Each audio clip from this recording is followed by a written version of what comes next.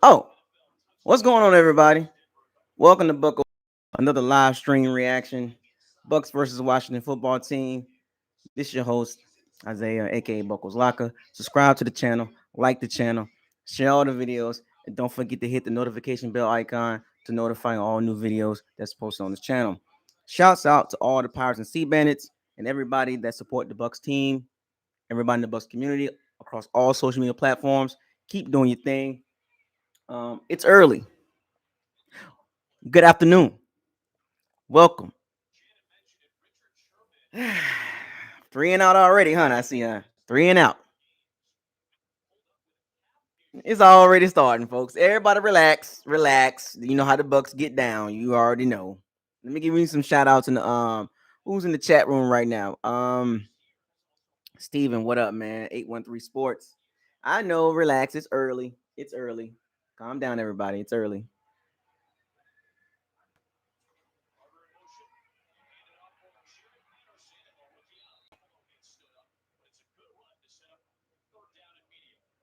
Third down.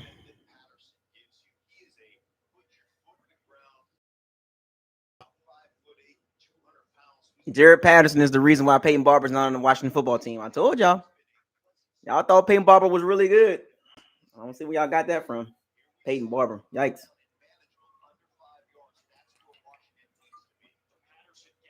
Crazy. We had Peyton Barber as a starting running back, man. Weird.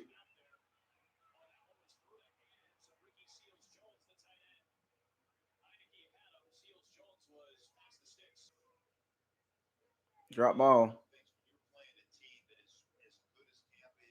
Had him.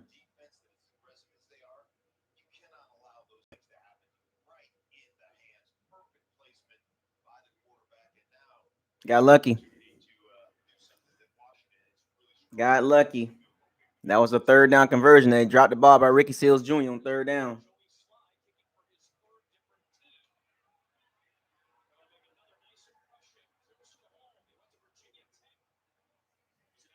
We dodged the bullet. That was the first down. But Ricky Seals dropped the ball. Defense looking. The scheme might be a little played out a little bit. You know what I'm saying? The scheme might be a little played out. You know what I'm saying? Because now we're in the second half of the season. So now you are who you are now. You know what I'm saying? You really can't do a lot of adjustments, but after we at week what 9, 10. You are who you are now. Now it's just about executing, and you can make a little couple adjustments here and there as far as scheme fit wise. But the Bucs, they are who they are. They're gonna blitz. Pass rushes. Not really there. I think it'll get better.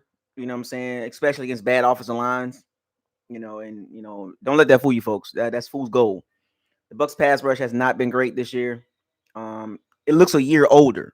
Remember, I told you about the old front four, the old guys. They every year you don't get better. When you after 30 years old, you don't get better every year after that. It just doesn't happen. That's just not how football works.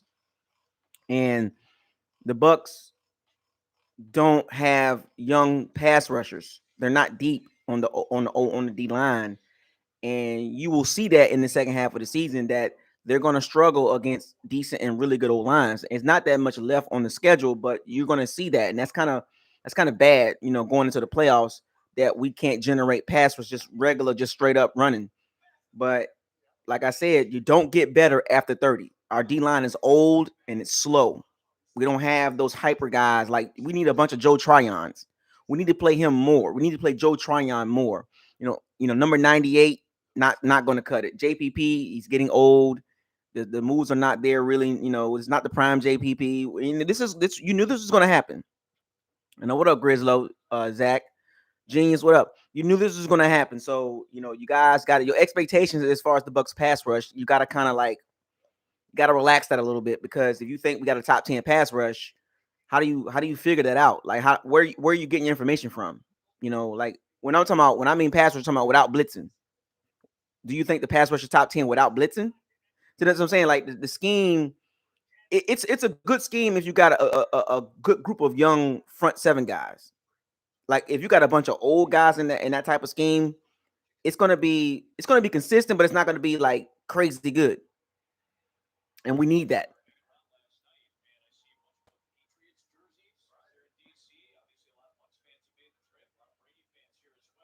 Oh, did you just hear what he just said? What's so crazy? See, this is what I'm saying. The media did it. They did it again. He said, "Oh yeah, a lot of fans, Patriot fan, whatever." He said, "There's a lot of Brady fans and a lot of Bucs fans. Why they keep separating the Bucs from Brady? Like why they always separate? It's the Bucs, man. Like I don't understand why the media keep doing that. Like it's just weird to me. Like it's like they don't. I keep saying this. They don't respect our team. They don't respect the Bucs. They keep separating him and away from the Bucs. Like, well, he's over here. He's his own entity, and the Bucs over here. That's not fair, man. It's not fair to the rest of the players that they keep acknowledging one person by himself and then everybody else is in the group over here. It's not right. When you speak of it, when you speak as a team, it's the whole team. Everybody's included. It's the media always do that, man.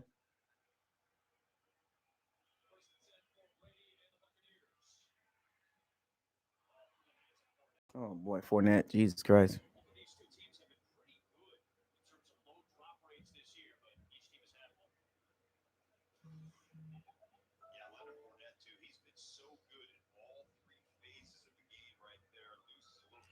Fournette, boy, golly.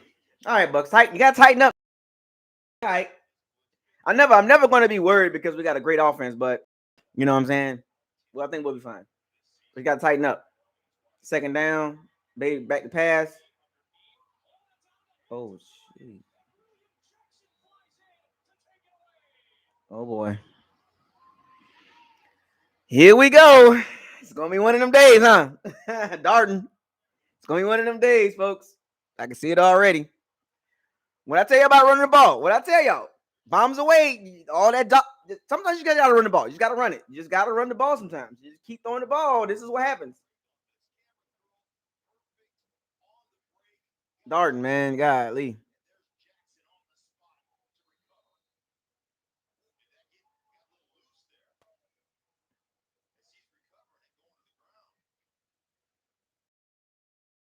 All right, gotta tighten up.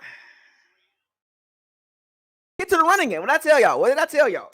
Got to run the ball. I'm back on the ball 50 times trying to get stats. It ain't gonna work, man.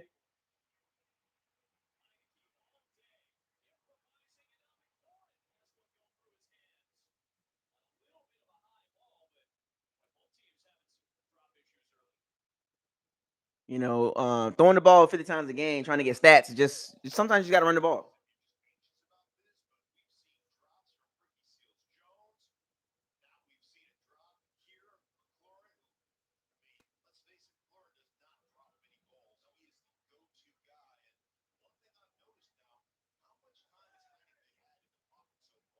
The blitzing game is weak.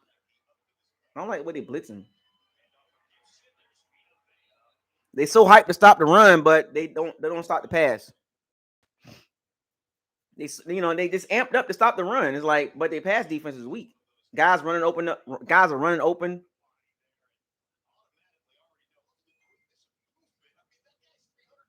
Guys running open and down the field, and Vita with a nice play on second down, third and long. If we can hold them to a field goal, we'll be fine. Remember, when you turn the ball over, yeah, turnovers hurt, but can your defense step up? Sometimes turnovers don't have an effect on the game if your defense step up. If your defense can hold, we good.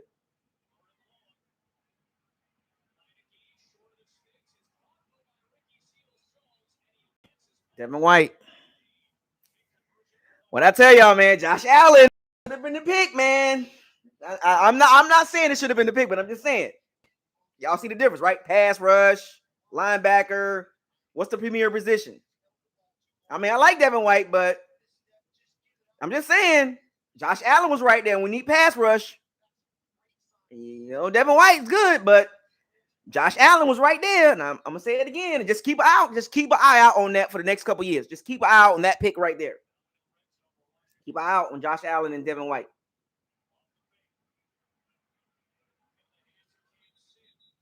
Keep an eye out on the Josh Allen, Devin White situation there. Which pick was going to be end up better.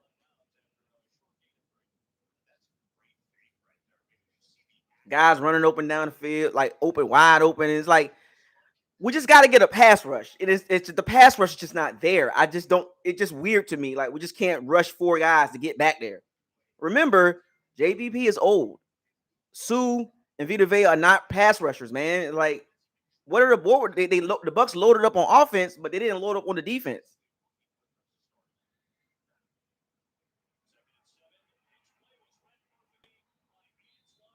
See, Winfield, they got to put Winfield in the box. He needs to help out, man. You gotta keep Winfield in the box.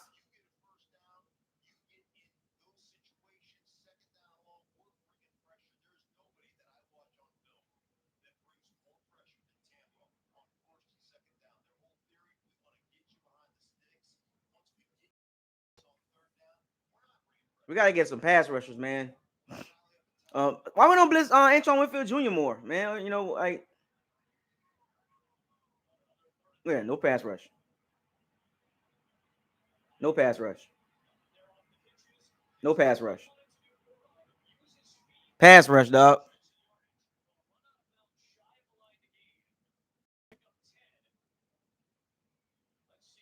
Good God Almighty.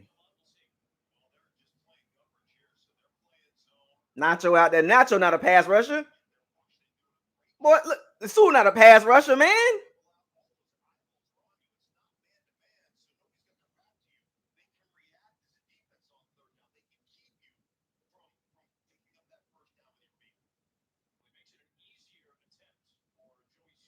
Got lucky on that one too, folks. Got lucky on that one too. That Bucs defense, man, we got some problems, dog. Y'all see this, right? It's not looking good. Had a whole bye week, and this how we look sluggish right now. You know what I'm saying? They'll get it together though. The Bucs will get it together. That pass rush is horrible. Nacho and Dominic and Sue rushing on third down. We don't have no NASCAR package.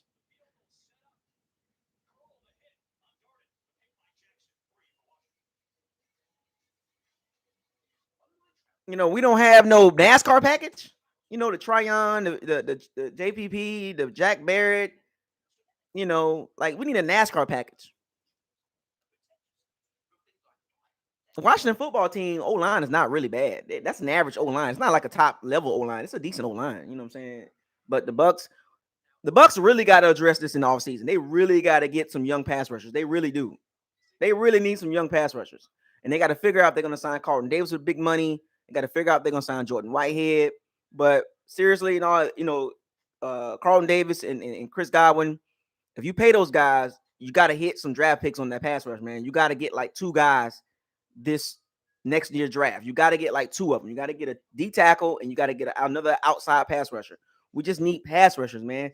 We're good in the secondary. We got a lot of talent back there. We got Murphy Bunn, Davis, Dean, Winfield, White.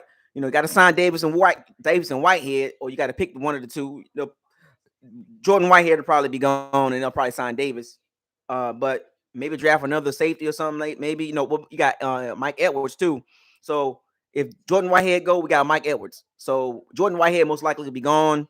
We'll sign Carlton Davis. But we got to get some pass rushers, man. We got to get some young studs, man.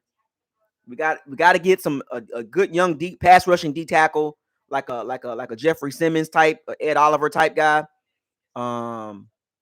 We need one of those young, just get back there. Javon Hargrave type. You know what I'm saying? Grady Jarrett type pass rusher in the interior, and another pass rusher on the outside, because you never can have too many pass rushers. You know what I'm saying? And the Bucs pass rush is weak.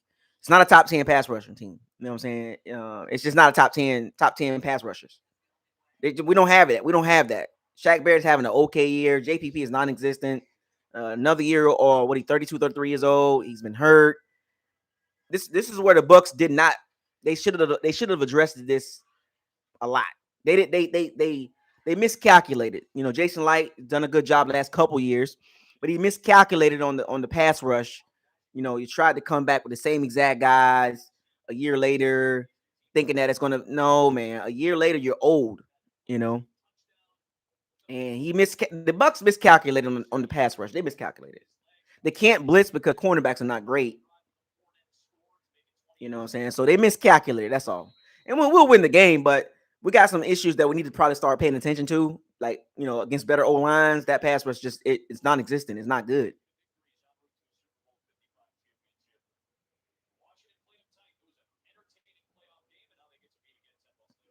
It's very dangerous, man. It's very dangerous if we get into the playoffs and we playing better O lines, man. That like this, like remember now we're gonna date this back to the Saints game. The Saints O line, top 10 O line, the Bucs didn't do really anything. Washington football team O line is average, decent O line, and we're gonna mirror this moving forward.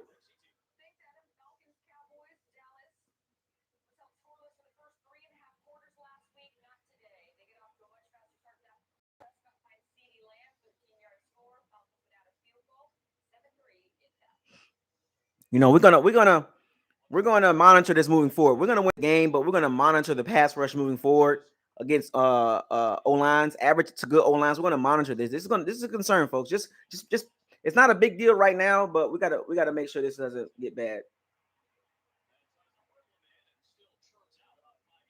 We gotta monitor it. You know what I'm saying?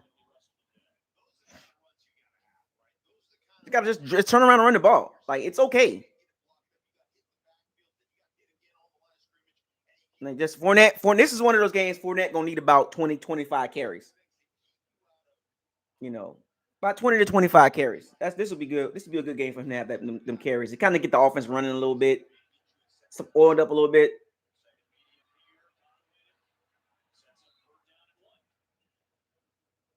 And see, that's a new wrinkle the Bucs did. The Bucs was never really a wide receiver screen type team. That's a Brady style play right there. That's like it's like 55-45 Tom Brady style offense, 45% no risk it, no biscuit, 55% Brady style. This is not the same offense. I'm gonna stand by that, and y'all definitely can see that by now. So, but the running game is still kind of the same as last year.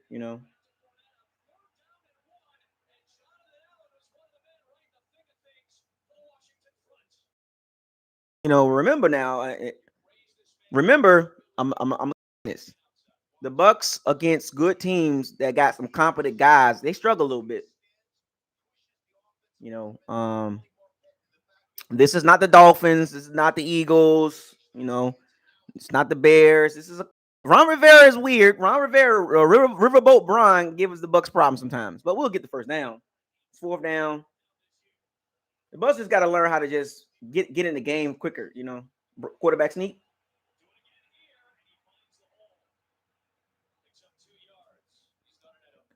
Yep, quarterback sneak. You know, uh, it's just the Bucs is sometimes. You know what I'm saying?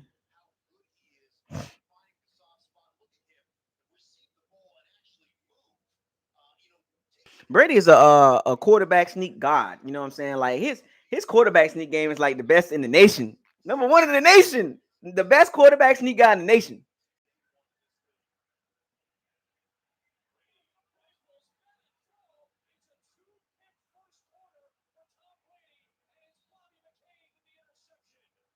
What's going on here? What are we doing?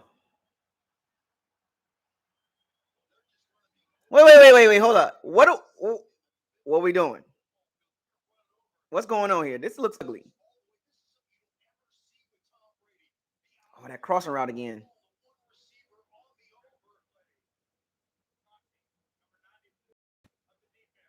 Forcing the ball to Mike Evans. That's uncharacteristic of Brady, forcing the ball to Mike Evans like that.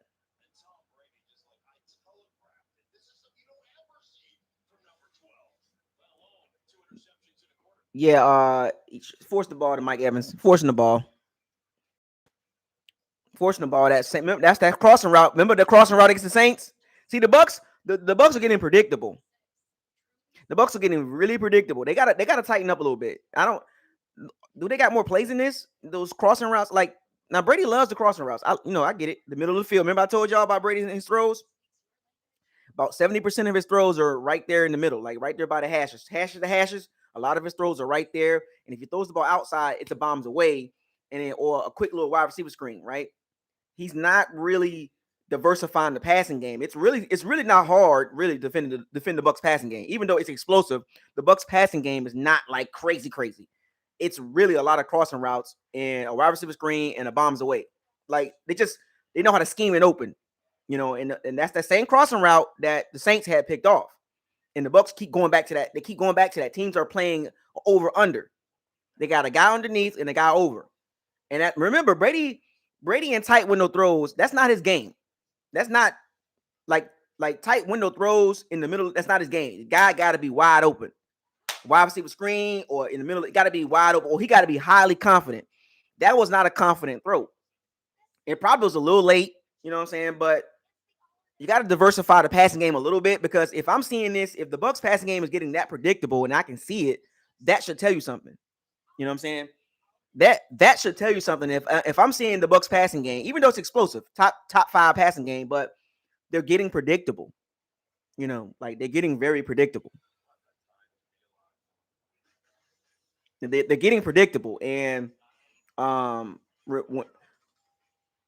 when you having a game like this, the best cure for a game like this is to run the ball, right? Like settle everybody down, run the ball. The defense will stop the red. The defense will hold, right? The defense gonna hold. Everybody relax. The defense gonna hold for another field goal. But the Bucs just gotta get in sync. They gotta start running the ball. Because you're chucking the ball around. It's only 6-0. You don't need to chuck the ball around. You know what I'm saying? Like, establish a drive, run the ball. There's no need to go no risky, no biscuit. See, right now, you don't need to go full no risky, no biscuit. It's only 6-0. You can still run the ball. Keep it 55-45 Brady style, like you've been doing. 55-45 New England style offense versus no risky, no biscuit. It doesn't need to turn into a 70-30 no risky, no biscuit, 30% Tom Brady style. You know what I'm saying? Like, this makes sense about it. You know what I'm saying? You got to be able to run the ball.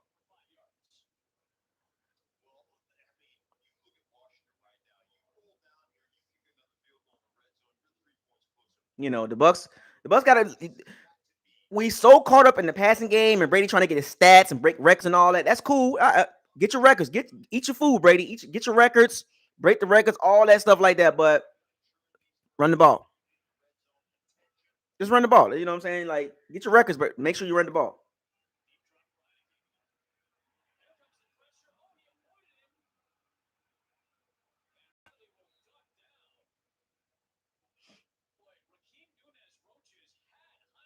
Mr. Sack. Heineke is a little scrappy guy, ain't he? See the lack of skills. That should have been a sack.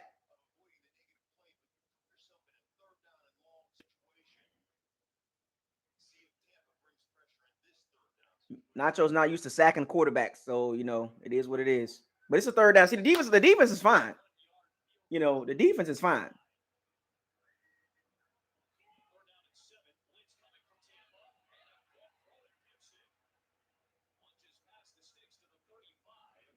Dang, boy, that blitzing, boy. Bucks blitzing is horrible.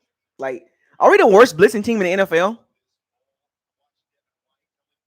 Devin White and is up the middle of blitzing. It's easy to pick him up. Devin White got to find some better moves when he blitz, man, because it's like he blitzes in a straight line. He doesn't do any like moves. Like, blitzing straight up, it's just not going to cut it. Like Devin White had 9.5 sacks last year. Teams figured it out. They figured it out. It's too easy to block now.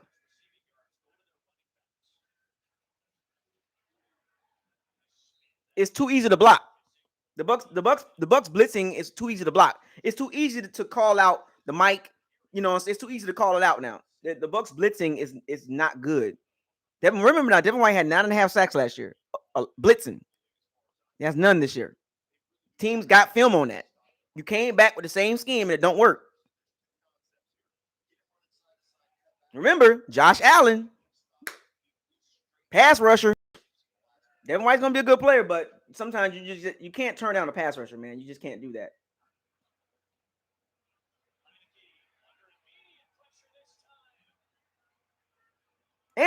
Number 98. Number 98. Whoa. Devin White, huh? Number 98.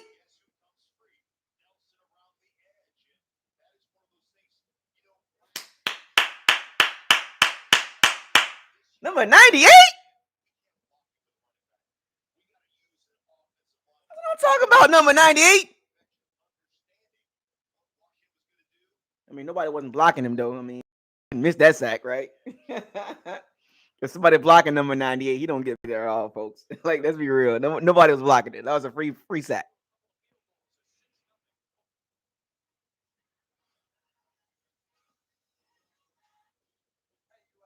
I mean, number 98. I mean, nobody's blocking you, fam. You couldn't miss that sack, but when somebody blocking number 98, he doesn't do anything. He has no moves. Very stiff. But that was a good call on defense, right? The delayed blitz kind of made the right tackle take the inside guy, and Taylor Heineke didn't check out of that play and shift the blocking to the right. Taylor Heineke didn't call that play out right. He should have checked and shifted to the right because the Bucs blitz from the right. It was a good scheme. That was a good setup by the Bucs, to get a sack. But they blitzed Devin White a lot, and it's like, dude, that was the worst first quarter of the entire year for the Bucs, right? Can we all agree with that? Now we got that out the way. That was the worst first quarter I've seen this year from the Bucs. The worst. I told y'all, folks, relax. I know it's a little ugly right now, but we'll figure it out. It's the bye. It's like getting the bugs out, right? It's like the prototype. It's like the new and improved Bucs, and the Bucs got to get the bugs out right now. You know what I'm saying? We'll be fine, folks. It's a little frustrating because the expectations is so high. We don't want to see this. We don't want to see this type of thing,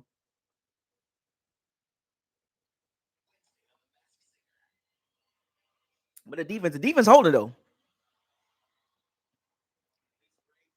The defense is holding.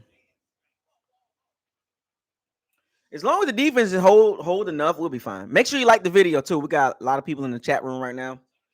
Make sure you like the video. What y'all think about that first quarter, man? Was it that bad? Was it that bad, man? Like, it couldn't be that bad, right? We good, right? You scared to come outside?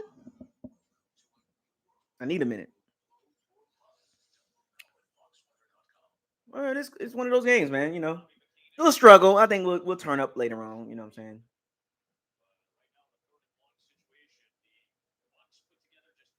saying? Even though with 2 turnovers, we can still win the game. You know what I'm saying? Don't get it twisted, folks. If Washington was a really good offense, we can still beat them.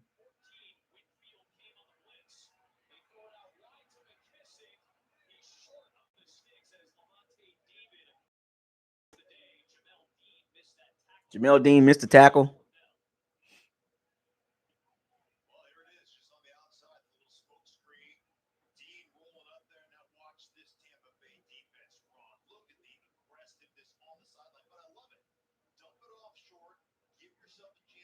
Jamel Dean missed the tackle.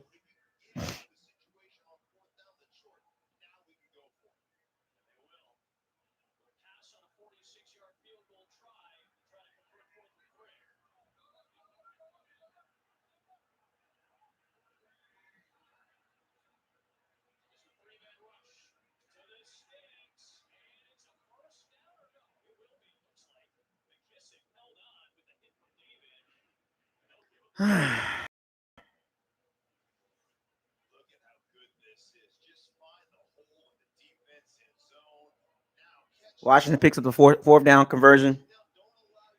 I think Todd Bowles is a little confused right now with what to do against the Washington offense. Remember that Washington football team, they got some guys. They got some guys now. Don't get it twisted. They got some guys. They just don't have the quarterback. They got some guys though. They got some skill guys. McKissick, Gibson, McLeod, Terry McLeod. They got a couple guys on that team that can move the ball. You know what I'm saying? Don't get it twisted. Antonio Gibson, who the Bucs could have drafted, but we chose Keyshawn Vaughn. See, I can do this all day. I do this. The Bucs chose Keyshawn Vaughn over Antonio Gibson. See, I do this.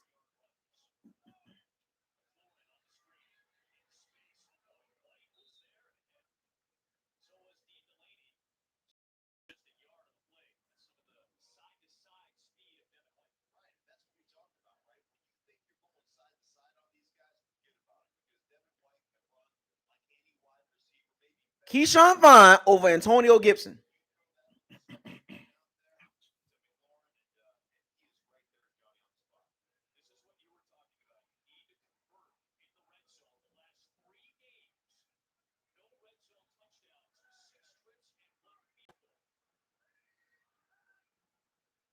Devin White blitzing again.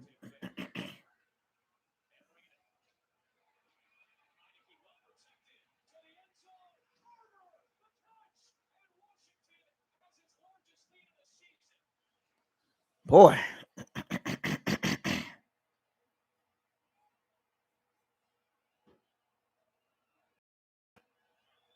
That's the same play that Tre'Quan Smith had caught the touchdown. The corner route. Same play. Same play. Same play the Saints ran. Corner route. The same play. It's the same play the Saints ran. The same play the Saints ran. It's the same play the Saints ran. Look, the film is out, folks. When the Bucs blitz like that, corner route. It's now hard. Like Ty Bowles, it's your defense is just not really doing anything. It's been made. You're not beating the Rams. You're not beating the Bills. You're not beating the Chiefs. You're not beating these guys with that defense. You're going to get outscored. The Bucs going to have to score about 30 points to win this game. The defense is not good enough. Let's call a spade a spade. Right now, the defense is not good enough to run with the top level offenses. The Buffalo Bill offense is going to run through the Bucs defense. The Buffalo Bill offense is going to run through the Bucs defense. That's the same play the Saints ran. Corner route. On Cockrell. Same play. The Bucs gonna have to score 30 points. Bombs away. Let's go, folks. No risky, no biscuit. Well, a couple more interceptions. See, this is what happens. When you're running no risky, no biscuit, you don't run the ball. You want to chuck the ball around, get records and all that. That's cool, but sometimes you just got to run the ball. Now, we can still run the ball, but kind of have to go to that no risky, no biscuit, 70-30. You know what I'm saying? Now, instead of 55-45, now we got to go 70-30, no risky, no biscuit, Brady style. It is what it is. That's the same play the Saints ran that touchdown. Corner route. Jamel Dean missing tackles. The Bucs blitzing is so bad. Do they got anything else outside of a Devin White blitz when they blitz? Like, what about Antoine Winfield blitzing off the edge? Or Lavonte David blitzing? Do they not trust Devin White in coverage? Is it that bad? They got to keep blitzing him to protect him? That's what it looked like to me. What I'm just saying, like, are they really protecting Devin White that much? They got to blitz him that much? Like, it's so obvious. Like, when he's on third downs, he's blitzing. Why not blitz Antoine Winfield Jr. or Lavonte David? Why is it always Devin White blitzing? What about a cornerback blitz? Like, mix up the blitzing. Like, you're giving it away by blitzing Devin White every third down. Jordan Whitehead. What about him blitzing? Like, change it up. Why you keep sending the same guy? It's easy for offensive lines. A competent O-line coach is going to call that out. They only blitz Devin White. Come on, man. Like, mix up the blitzing, man. Like, this looks like the old Bucs defense, just bunch of blitzing and not getting there.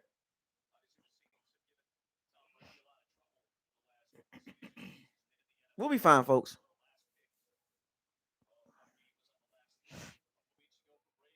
When it rains, it pours, folks. When it gets ugly.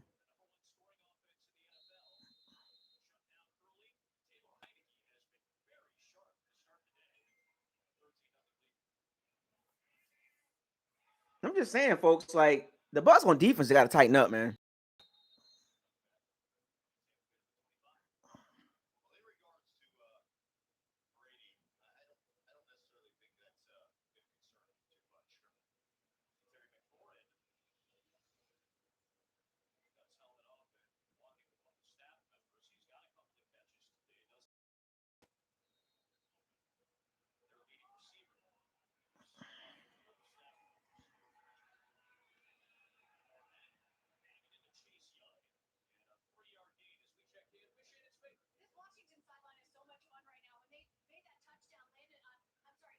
We'll be fine, folks. My concern is defense. I'm not concerned about the offense. We'll move the ball. My concern is the defense. I'm concerned about the defense.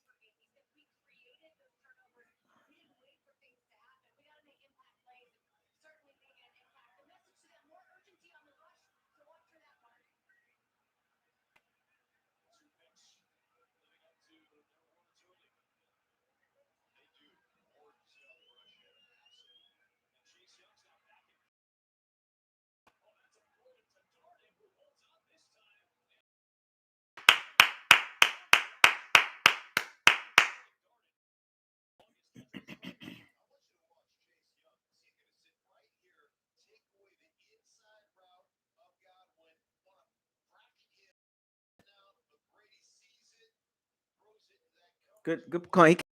He came off of that. Offensively, I'm not going to be too concerned. I'm concerned about the defense.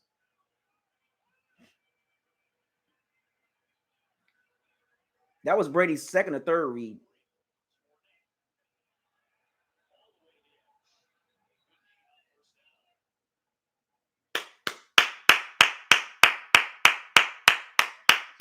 Still run the ball. It's okay. What a fake man? What they doing? What's right there? Like, no. Oh, really, Wrifs? That's what we doing today? All right.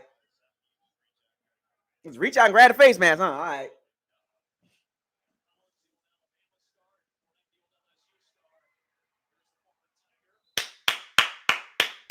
See? Run the ball. What? I do this. I do this.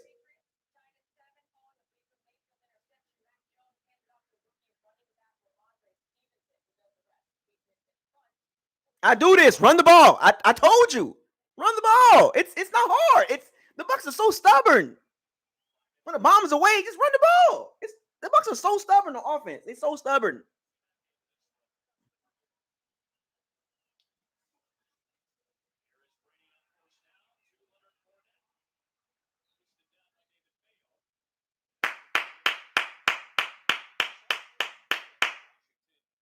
Bucs moving the ball.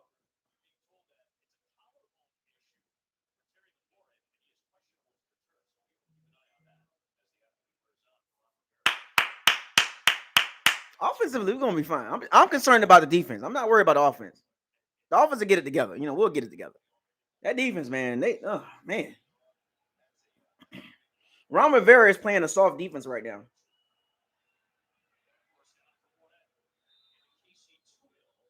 See, run the ball. It's okay. It's okay. You got to settle Brady down. Run the ball. Make him get comfortable. It's okay. It's okay at bottom left. Just run the ball. It don't hurt. It don't hurt. You're going to go bombs away, but you got to run the ball too. It's okay. It don't hurt.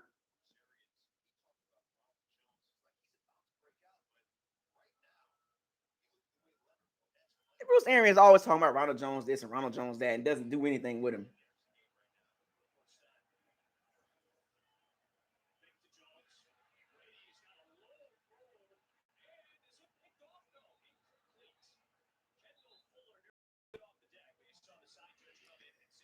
Run the ball!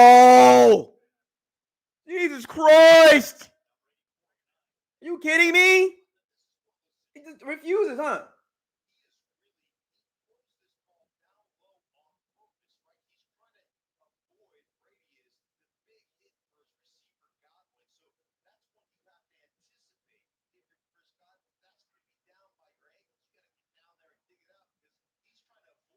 Golly. That's another pick. God! Run the ball! It's not hard. Run the ball. Chucking the ball around. See, we saw this in 2019. The more you throw the ball, the more chances you give a defense to do stuff like that. That's an interception, folks.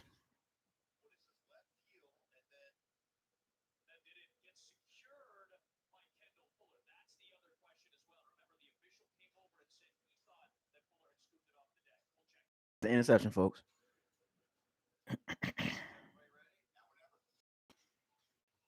That might be. That might. That, it's.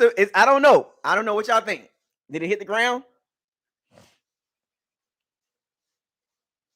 Run the ball, man. It's not hard. It's the Bucs, man. The more you throw the ball, the more chances you give a defense to intercept the ball.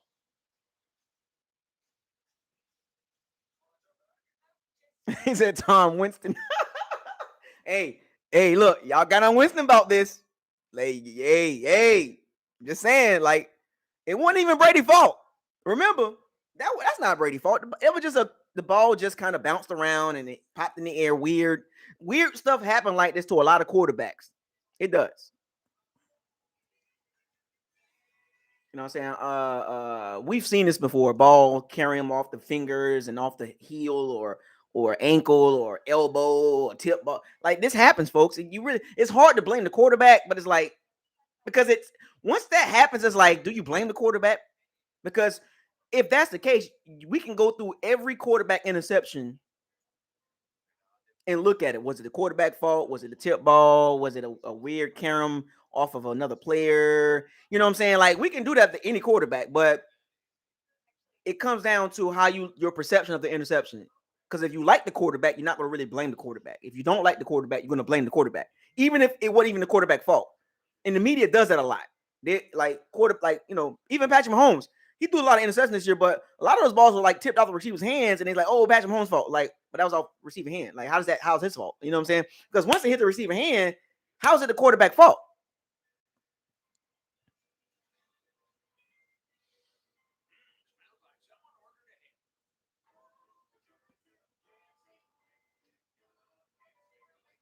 I think it might have touched the ground a little bit.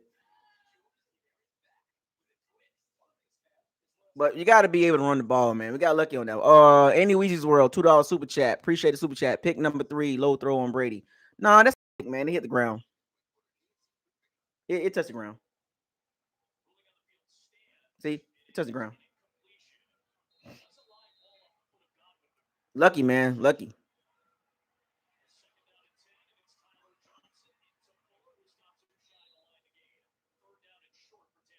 $5. Super chat. T Smitty 3000. Is it me or Shaq sucks against good O linemen? Blitzing White is dumb because teams simply throw to his spot. Right. Yeah.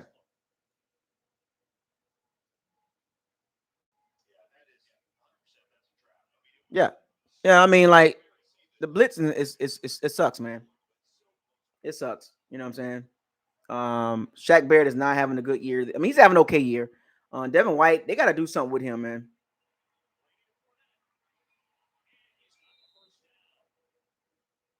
They gotta do something with that, man. You know what I'm saying? With Devin White, Shaq Barrett, just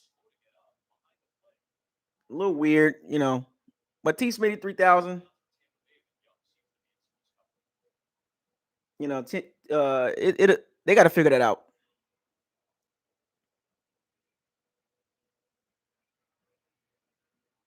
What happened?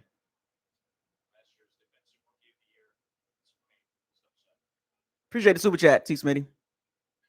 And Chase hurt. Chase Young hurt. What happened? Anybody know what happened? Was it his leg? Did he hurt his leg? Did his leg get caught in the ground? What happened to Chase Young?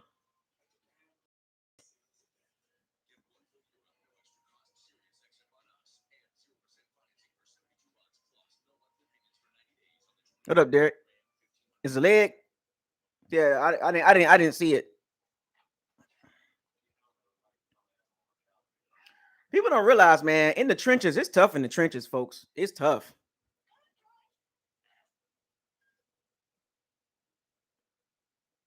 The good thing about Chase Young, he's young. His body will be able to recover from that. You know what I'm saying? It'll recover from that. That's one thing about being young. When you get hurt, you can recover faster.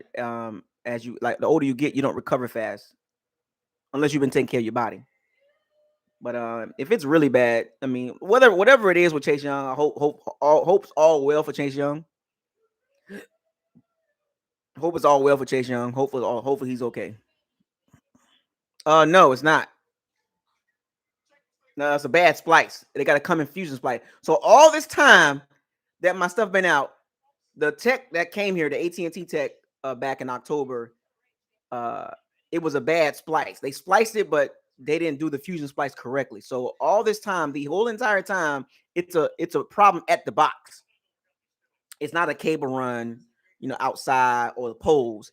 It's at the box. They didn't splice it. If anybody knows about fiber splicing, you got your mechanical splicing, you got your fusion splice. I used to be certified fiber optic guy, and so they didn't fusion splice the fiber cable correctly. So they got to come back and fusion splice it, not a mechanical splice, fusion splice. So AT&T, man, that's AT&T, man. Y'all got to tighten up, man. Y'all got to get better techs, man. Y'all got to get better techs, man. Learn how to do the splicing. Oh, that's bad.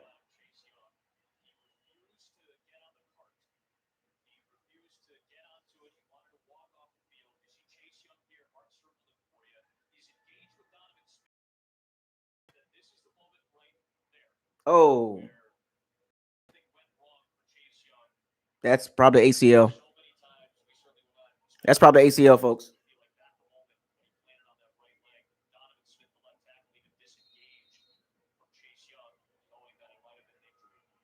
Yeah, that's ACL, folks.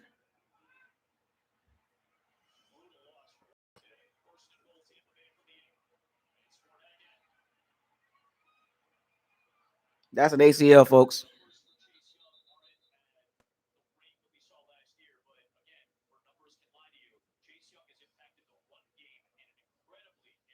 That's an ACL, folks.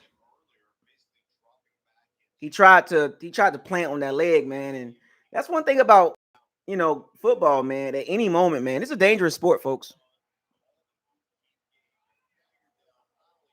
Non-contact injury too, man. That's ACL, baby. All wells for Chase Young, man.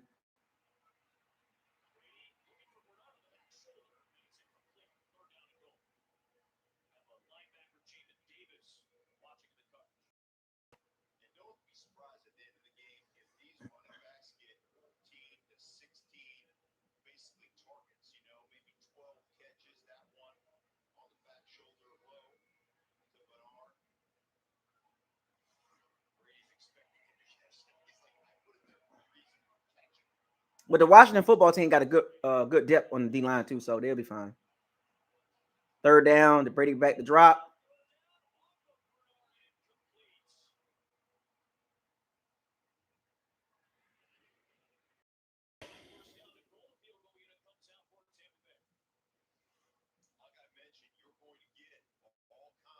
Crossing routes. That's the same play they ran last week against the Saints. The trail route with the Bernard. The Bucs are running a lot of the same plays they ran against the Saints. Mike Evans break in, Giovanni Bernard come underneath a trail route. They're running a lot of the same plays.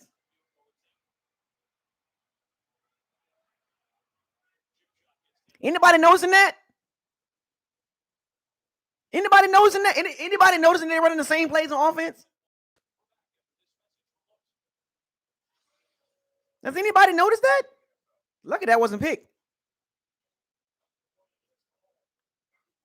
Has anybody noticed that? That's the same play they ran against the Saints.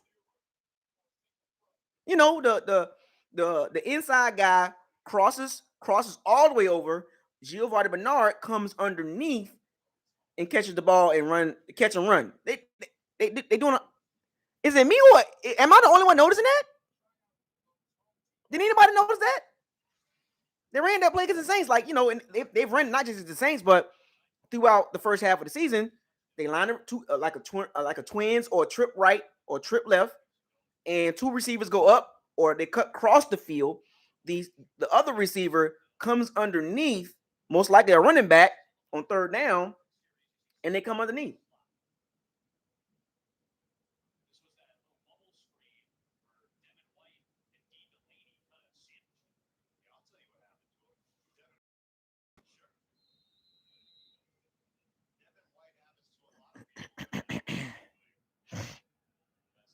Does anybody notice that, man?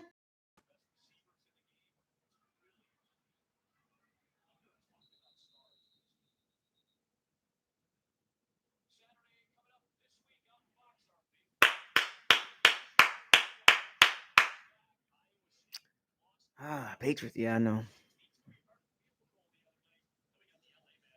What y'all think about the Rams injury, man? The Robert Woods got hurt ACL, man. The day they signed Odell Beckham, man.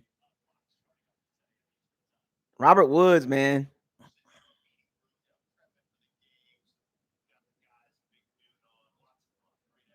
The Rams, that was a good pickup though. They got Odell Beckham.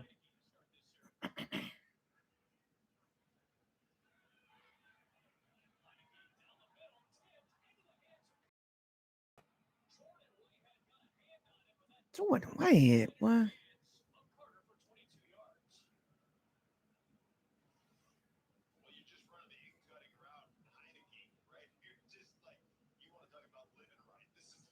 Oh my gosh, he threw it right to him.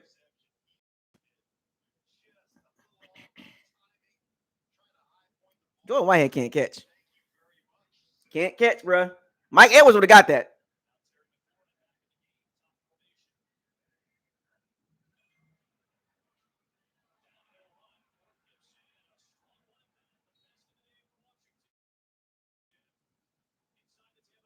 The Bucs should have drafted Antonio Gibson, man.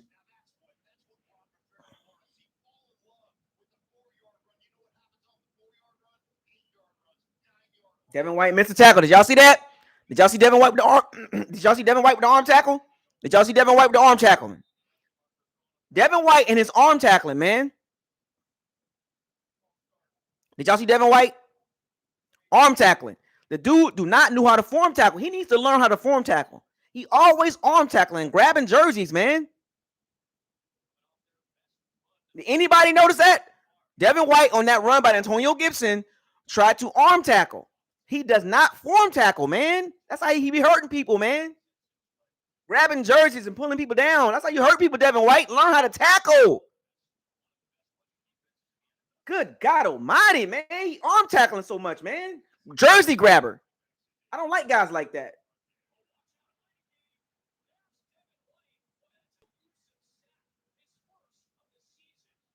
About freaking time. Y'all must he tackles so high. They always blitzing him. He almost missed that. Tackling so high, man. He's a high tackler, man. He does not form tackle.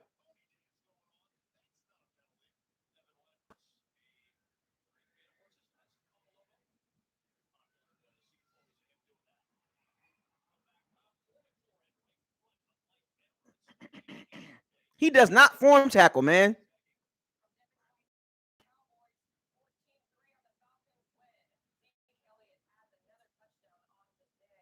The Falcons so horrible. The Falcons are like that. Oh my gosh, they horrible. See, the Falcons they beat the, but I already knew they weren't gonna beat nobody good.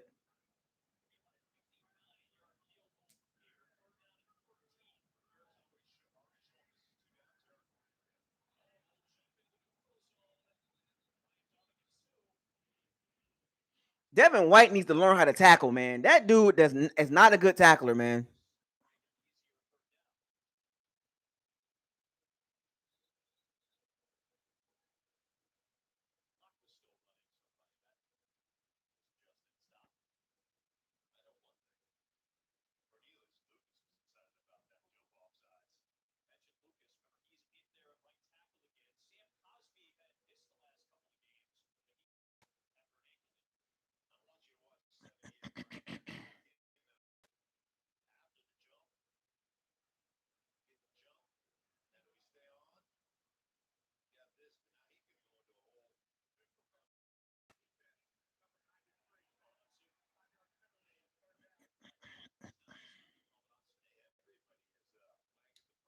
Devin White tackle, man. Seriously, all real talk. He needs to go to tackling school, football 101. He always tackling high. Head in front of the guy, fold him up in a tackling position, man. That dude be trying to tackle everybody high, grabbing jerseys, man. Come on, fam. He almost missed that. 3rd and 8.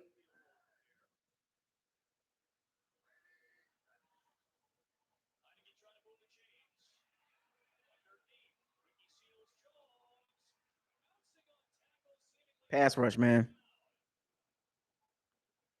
Pass rush is bad, dog. Devin White again.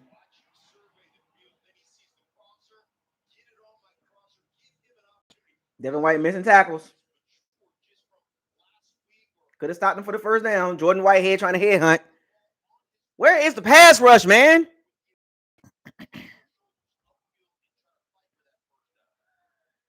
Where's the pass rush?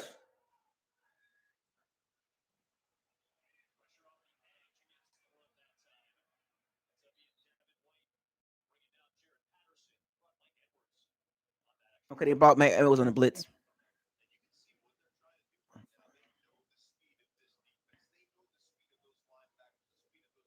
I didn't see this game coming, folks. I really didn't. I really didn't see this game coming.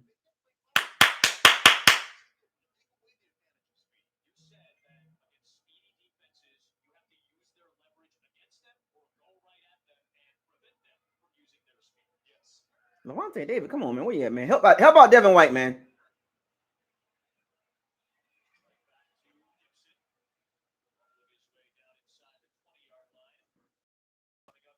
Help out Devin White, man.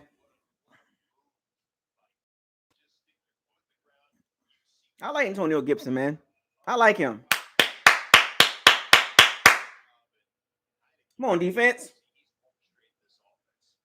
Why tell Heineken giving the Bucs problems?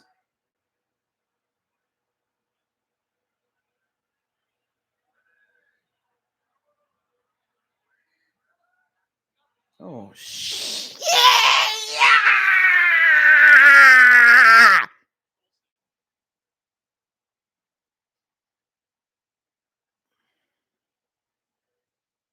Power up! Ah!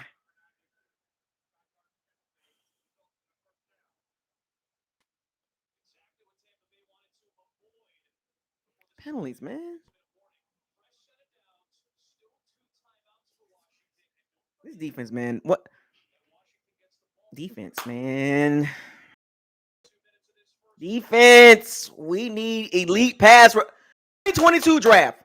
You better get some pass rushers. Young studs. I want to see two of them things. I want to remember when they drafted Jamel Dean, Murphy Bunton, and Mike Edwards in the second and third round. I want to see that in the 2022 draft. I want to see the Bucs get a D lineman in the first round, maybe in the second round, maybe O lineman, maybe. And in the third round, double back on that. Double back on the D lineman. You got to get some young D linemen. Them old guys ain't doing it. Ain't doing it. Get D linemen. Get the trenches right. Get your offensive guard, because you're not gonna sign Kappa. And Jensen might not come back because he might want too much money. Your center and your right guard, you might want to look at that in the draft. And the D line, you get two of them things. In the first 4 rounds, get 2 D linemen. Within the first 4 rounds, I need 2 D linemen off the board. I don't care. No more receivers. Might need a running back though.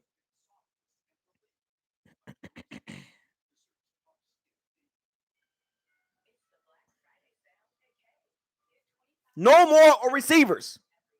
No more receivers. D line, O line. Get the trenches right. D linemen, 2 of them. First 4 rounds. Within the first 4 rounds, 2 of them. D linemen, because we need some infusion of young talent on that D line. Young talent on the D line. First round pick, D lineman. Second round pick, D lineman, O lineman, or running back. Third round, D line or running back or O lineman. That's how you do it. Next year draft, I want to see 3 D linemen coming out of that draft. We need some young guys, man. Dominican Sue, you got to go. William Golson, nah, fam. Nacho, nah, fam. It's an ugly game, man. Get him out of here, man. Oh, sugar honey iced tea, man.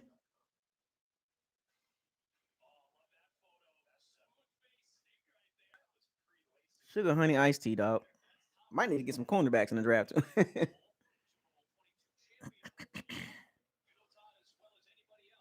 Todd Bowles, man. What are you doing on defense, fam? Mark Schlereth trying to hike up the Bucs defense. I don't know what he's looking at.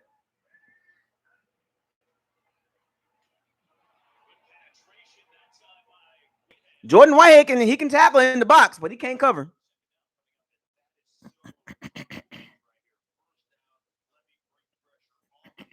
Jordan Whitehead is better in the box. He can't cover though.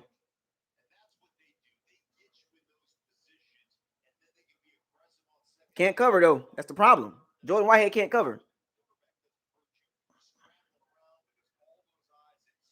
He dropped an interception all because you dropped an interception.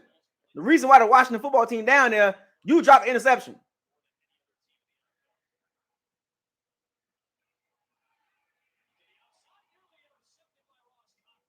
Oh boy, drop an interception, man.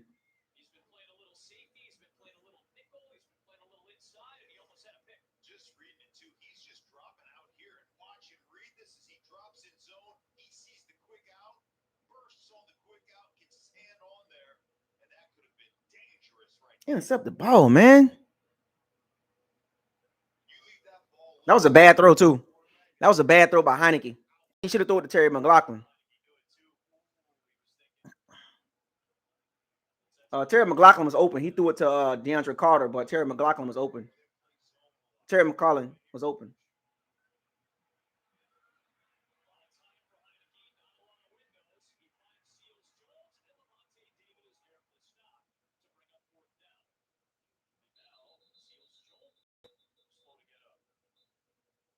Lavonte David been quiet this year.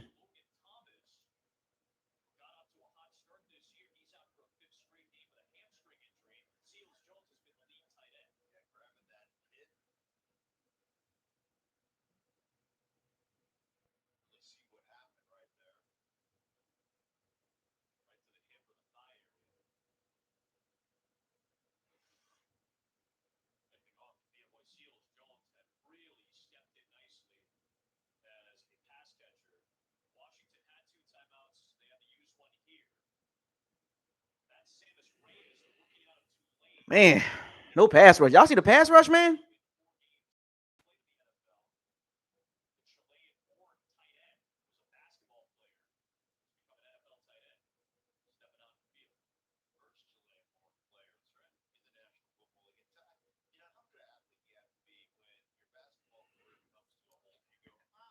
No pass rush, folks. 2 drop interceptions. They shouldn't get these 3 points. They shouldn't have got these 3 points, man.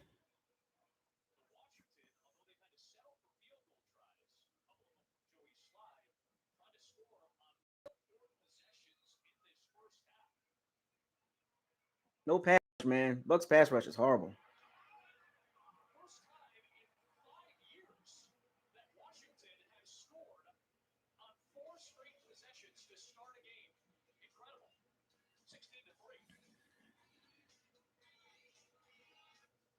Boy, the pass rush is non-existent, dog. Y'all see the Bucs pass rush, man?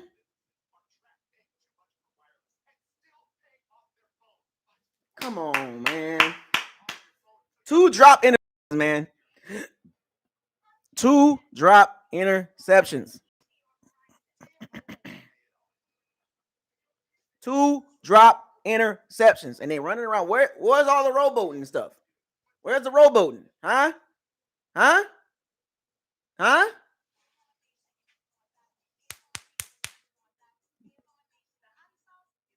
I got a gun so big. It only exists in battle rap.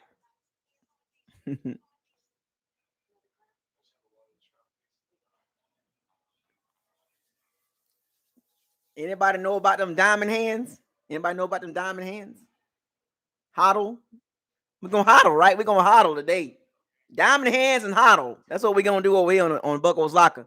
The Pirates and Sea Bandits, I need y'all to have them diamond hands and them hodl. Gotta have the hodl.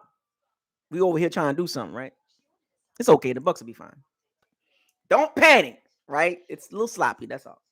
Even though I'm I'm frustrated, but I'm giving y'all some real commentary. I'm giving y'all some real facts. I'm not like being overly hyped. I'm not being super crazy with the talking. I'm giving y'all what I'm seeing, and hopefully y'all seeing the same thing. Hopefully y'all seeing the same thing. You know what I'm saying? And I think we'll be fine in the second half. I think the Bucs just had to get this stink off of them. I don't know what's going on here, but offensively, I think we'll be fine. What's so crazy about the Bucs defense is every time we play a competent team, we tend to struggle. I'm not saying the Washington football team is competent, but at least Ron Rivera is a competent coach, right? He's not a really bad coach. It's just Washington had some bad injuries and some bad things happen to him. But overall, Washington is really not a trash team. They just got a bad record, but they're not a super trash team like the Texans or the Jaguars. You know what I'm saying? They got some talent on the Washington football team. So let's not discredit the Washington football team. They got some guys that can play offensively and defensively. So let's not make it seem like they just like the Jags or the Texans, right? They're not the Lions, right? They're not that type of team. So let's keep that 100. Let's give Washington football team a little credit. You know what I'm saying? Let's not discredit the Washington football team. They got a competent coach and they got some players on that side of the ball that can play a little bit. So you got to give the Washington football team got a game plan. Don't turn the ball over, run the ball, make your timely third downs.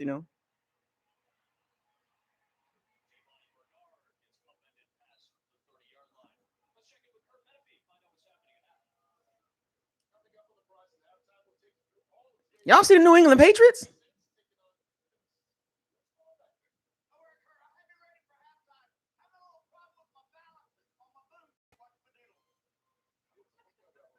The Patriots, the Patriots gonna make the playoffs, dog.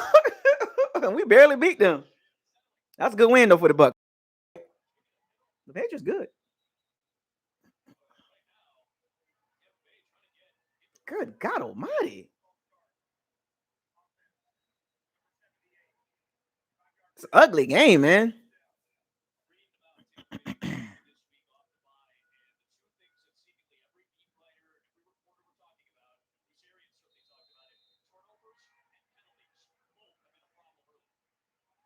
Undisciplined, man. Trips right, first down. Brady drop back.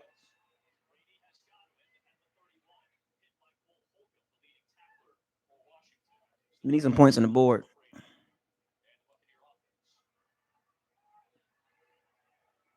The Washington football team gonna play soft defense. Crossing route. Crossing routes.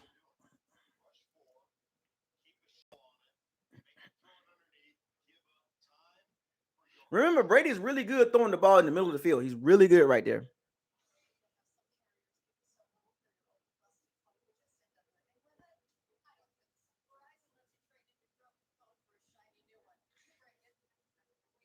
Penalties and turnovers, man. They still got that stink on them, man. Remember, I told y'all every year is not going to be the same year. You know what I'm saying? Like people thought, we won a Super Bowl with the same team. No, man. Every year is different, man. Every year is different. You know what I'm saying? Every year is different. There's never such thing as the same exact team. Yeah, you can bring all the guys back, but as far as being the same team, that's not true. Like Bucks brought everybody back thinking that they can replicate what they did last year, and it just doesn't work like that.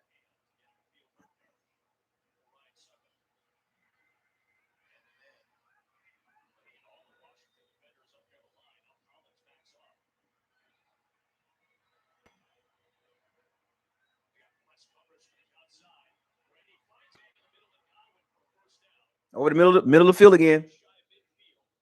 The middle of the field. He's very good at throwing the ball in the middle of the field.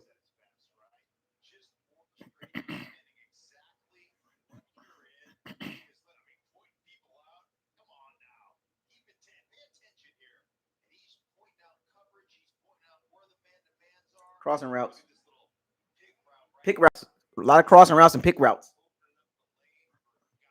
That's how you get guys open. When you don't have when the Bucks don't have guys that can separate like AB, right? So to get guys open, you run pick routes and crossing routes. You know what I'm saying? Like that's what the Bucs is doing right now. They're running right up the middle of the field, crossing routes, pick routes, because our receivers are not quick, twitchy. So you got to find ways to get them open. You know what I'm saying? That's a good scheme right there. Middle of the field.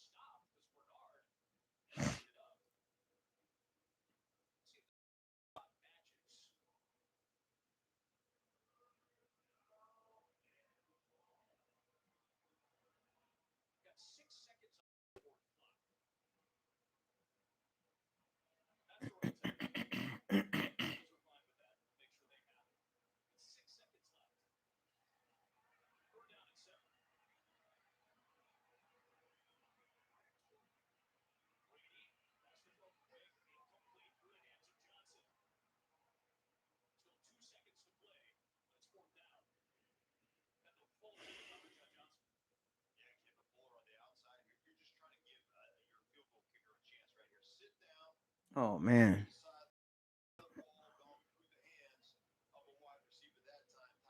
Marsh Schlereth is a weird commentator, man.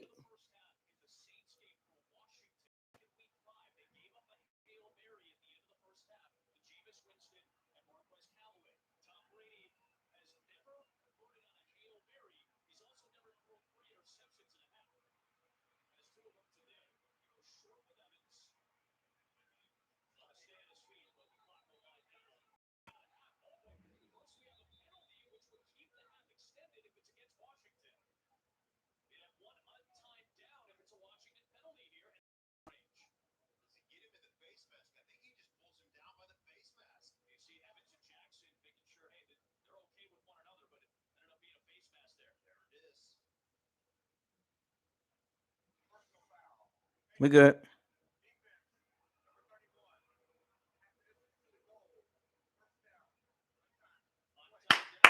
Washington football team. Yikes.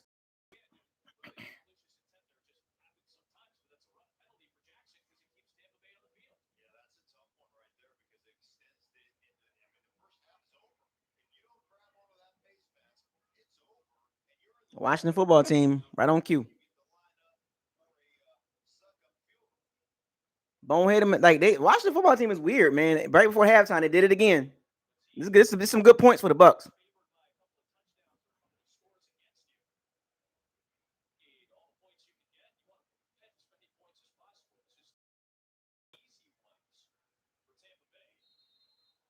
Big points right there.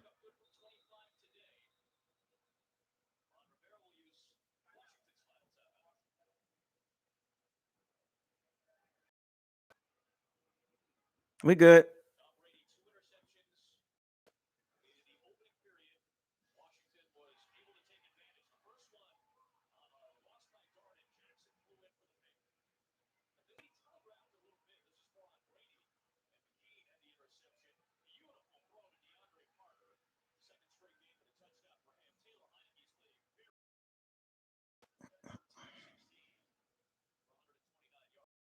The Washington football team get the ball starting the second half.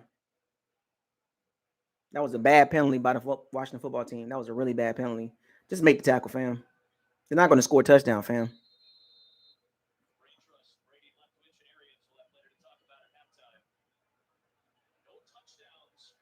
Mike Evans got one catch.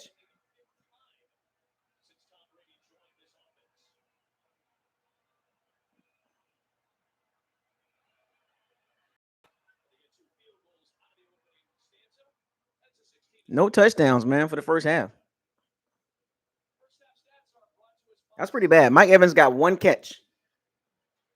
If I'm not mistaken, he got one catch, right?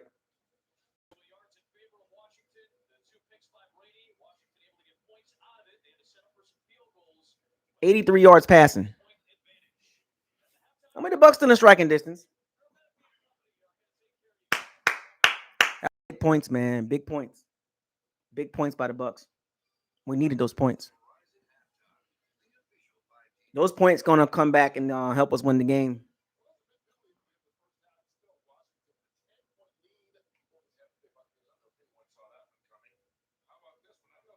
Atlanta Falcons thought they really was good. Every game they lost was against a really good team, and they beat all bad teams, and they beat the Saints, which was a decent team. But all the games they actually lost is against good teams. They're not good, man. Falcons are just not good.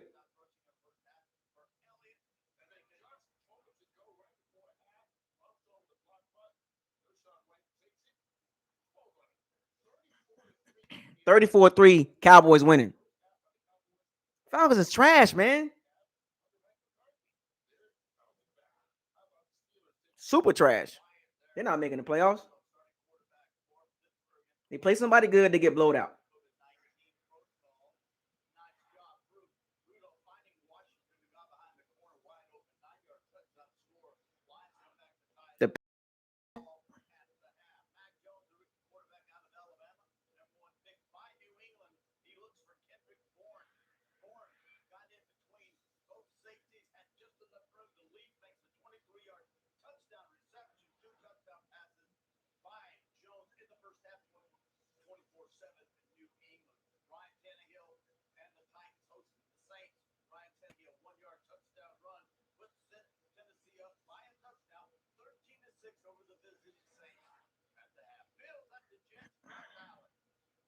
The Saints losing.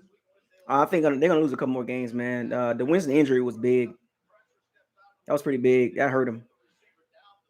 That Winston injury really hurt the Saints bad. Really hurt the Saints pretty bad. They were starting to get in a roll on a little bit, but Trevor Simeon's not gonna work. That's not gonna work.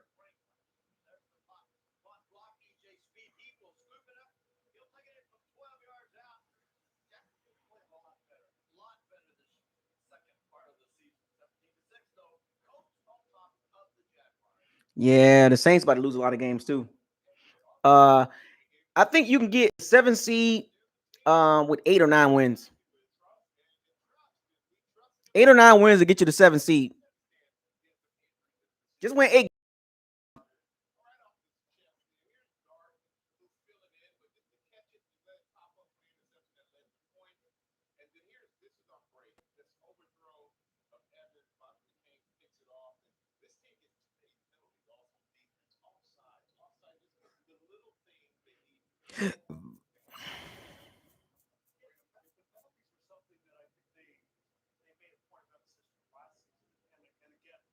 That's undisciplined. That's the coaching. That's coaching. Penalties. That's coaching.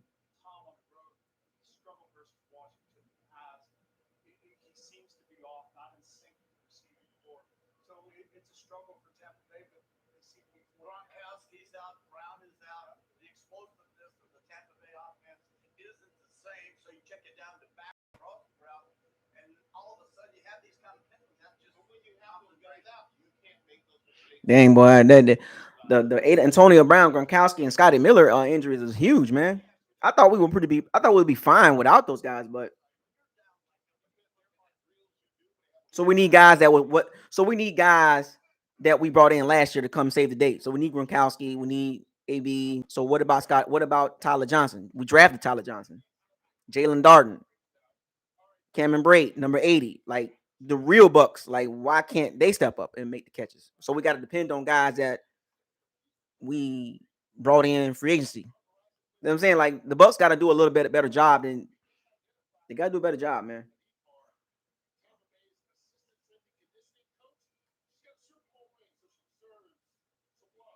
Got to do a better job, man. Got to do a better job and getting your players established, man. Because yeah, we got injuries. Remember, top 5 roster. So I don't want to hear this. Oh, we need guys. Yeah, we need our guys back, but we got enough guys to still win this game.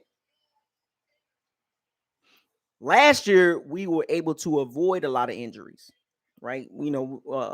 Our injuries this year was not like last year. Last year, we got it. We kind of got it together. We got it together at the end of the season, but we had some injuries last year, but not like this year. This year was like what the heck is happening? The injury guys are like, no, Bucs, we want to get you injured. And like, golly. But a healthy Bucs team is a very, very dangerous team against really bad teams, against okay teams. We're really good against those teams. But when it comes to equally matched teams, I think that's where the Bucs are going to struggle. You know what I'm saying? Like, I think that's where the Bucs, when I mean struggle, is they'll win the game, but they're gonna struggle to win the game. You know, Cowboys, Patriots, Saints. You know what I'm saying? They they're gonna win those games, but they're gonna struggle to win those games, or they might lose them. You know what I'm saying? The Rams, you know. But yeah, as far as the NFC playoffs, man, just win 8 games. If you win 8 games, you're in the playoffs. The 6 and 7 seed are going to either win 8 or 9 games. So it's a battle. The Panthers, the Falcons, the Kitty Cats, the Aints, the Vikings, the Seahawks, the 49ers. Just win 8 games. Go 8 and 9. 9 and 8, you in the playoffs.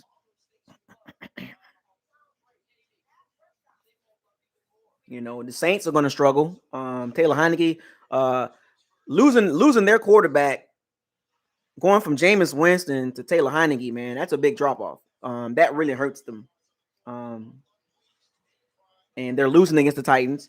The Falcons losing against the Cowboys. So those are 2 losses right there for the Bucs. You know what I'm saying? So that's great, because if you look at it, if the Saints lose, that's 5-4, and if the Falcons lose, that's 4-6. So that's good. That is great. You know what I'm saying? Like, that is great for the Bucs if the Falcons and Saints lose. Regardless if we win again, regardless if we lose or win this game. If those 2 lose, that's great.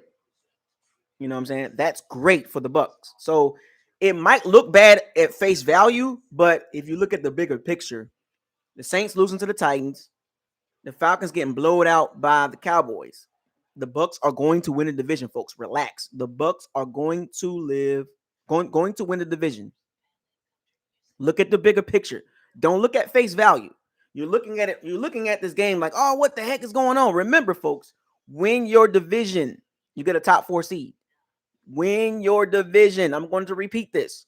Win your division. Then worry about the seeding. Everybody's worried about the seeding. Oh, the Bucs need to get number 1 seed, number 2 seed, number 3 seed. No. Win your division. It's just that simple, folks. Win your division. Automatic top 4 seed.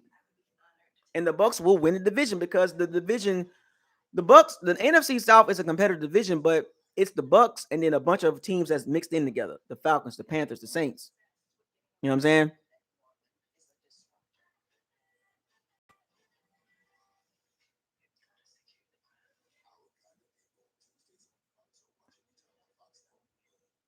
Win your division. So, Saints fall to 5-4. The Falcons fall to 4-6. The Panthers fall to 4-6. So that's great. You know what I'm saying? Stop worrying about seeding and worry about winning your division. So you're looking at it face value. Everybody's emotional about the Redskins and the Washington football team game. That's fine. And I understand the frustration of the Bucs playing right now, and we can still win the game, right? We'll win. And whether we win or lose this game, folks, it's about the division. Everybody's worried about the seeding. Win your division first. Remember, folks. Remember, one of my favorite hashtags, one of my favorite things about this channel is facts over feelings. Get out your feelings and look at the bigger picture. You know, look at the bigger picture. Stop focusing on your emotions. Get out, remove your emotions. I know it hurts. It stings a little bit, don't it? The Bucs losing, they're not playing well. Stop getting emotional. It's okay to get a little riled up, but look at the bigger picture. Look at the bigger picture, folks. I'm trying to get y'all to see the bigger picture here. We're talking football now. We're not talking about the Bucs, and we're talking about straight up football. Look at the bigger picture for any team. Win your division. Everything else will play itself out.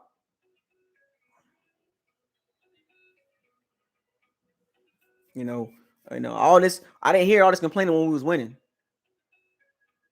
You can't remember when you're gonna be a real Bucs fan. Be a real Bucs fan all the way. Don't be a real Bucs fan when we just winning. Be a real Bucs fan when we're losing too, and be logical about it. Be objective, not subjective. Be objective. Be a real fan through thick and thin. Because when we winning, it was no Gronkowski, no Antonio Brown, but we were winning, and you wasn't getting no complaining. Now we're losing. Now you get Antonio Brown and Gronkowski. No. Because when we was winning, when we was injured, there was no complaining.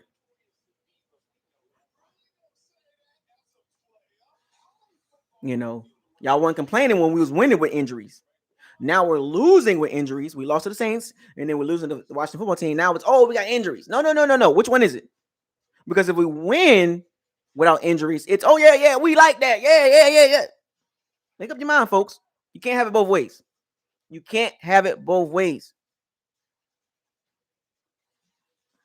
Can't have it both ways. You can't have it both ways, folks. We win with injuries. It's Super Bowl this, Super Bowl that, and we lose with injuries. It's like, well, we was hurt. You can't do that. You can't play both sides of the game because every other team out here got injuries. The Washington football team got injuries. The Saints got injuries. The Titans got injuries. The Rams got injuries. The Chiefs got everybody got injuries. So you can't have both ways. You can't do that. You can't. That's not right. That's not real football. You're being totally biased. You're trying to play. You're being two-faced. When we win, you out in front yelling and screaming about Super Bowl, and then when the Bucs lose, it's we hurt. Because when we win this game, what you gonna say? We came back and won the game, and yeah, that's what I'm saying. You ain't gonna say, yeah, we won the game, but we was injured. Like, no, you're not gonna say that because you're gonna be bragging about the win. You're gonna brag about the win. You ain't gonna brag about, you ain't gonna bring up the injuries. You're gonna brag about the win, and you're gonna start running that Super Bowl. The Bucs going to Super Bowl. We beat the Washington football team. The Bucs going to Super Bowl. But if we lose this game, it's we was hurt. We're not healthy. Come on, man. Which one is it? Come on, man. We winning without guys. Wake up, folks. We are winning without these guys. That should tell you a lot. The Bucs are winning without their half of the secondary for most of the season. You know what I'm saying? And they're winning without Gronkowski and Antonio Brown. So what's the problem? You guys got to cut it out, man. You guys got to cut it out.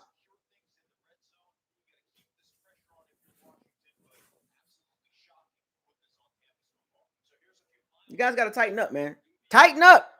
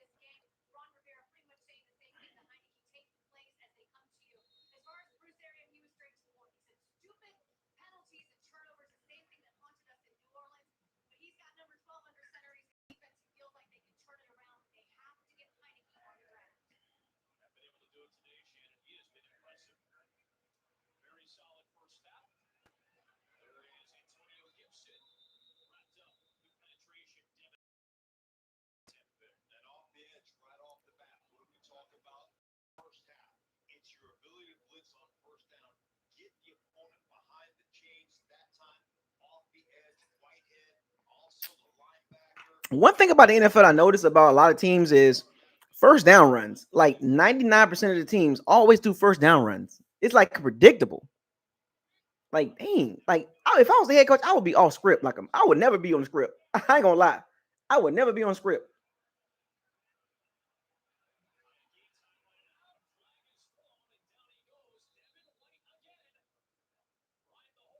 Devin White, Mr. Blitz guy. About time he makes some splash plays. Come out with an attitude. You're coming out with an attitude.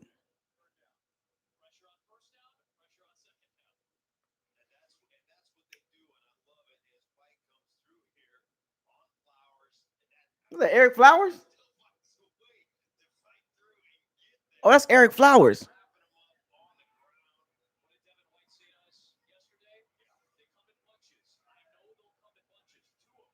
So we got 2 sacks today.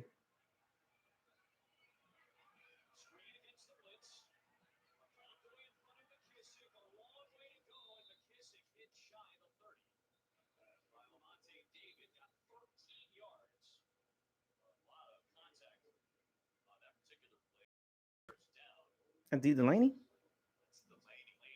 Oh man.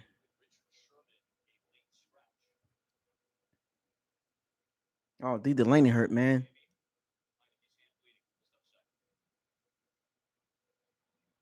Oh man.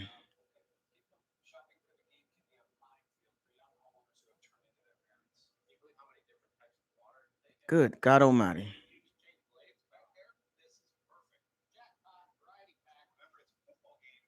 D Delaney, man. That was a bad collision too, folks. Richard Sherman was a late scratch. I think he just go ahead and coach, man. Just be a coach. Like just be that consultant guy. So they'll probably move Mike Edwards to the slot or something like that. Man, this is a weird season, man. Hey, I'm about to suit up, folks. What y'all think? Y'all think I can get out there at 162 pounds? Y'all think I can go out there and cover somebody, man? I'm gonna see 5'7", 162. With the pads on, I'll probably be weighing about 175-ish.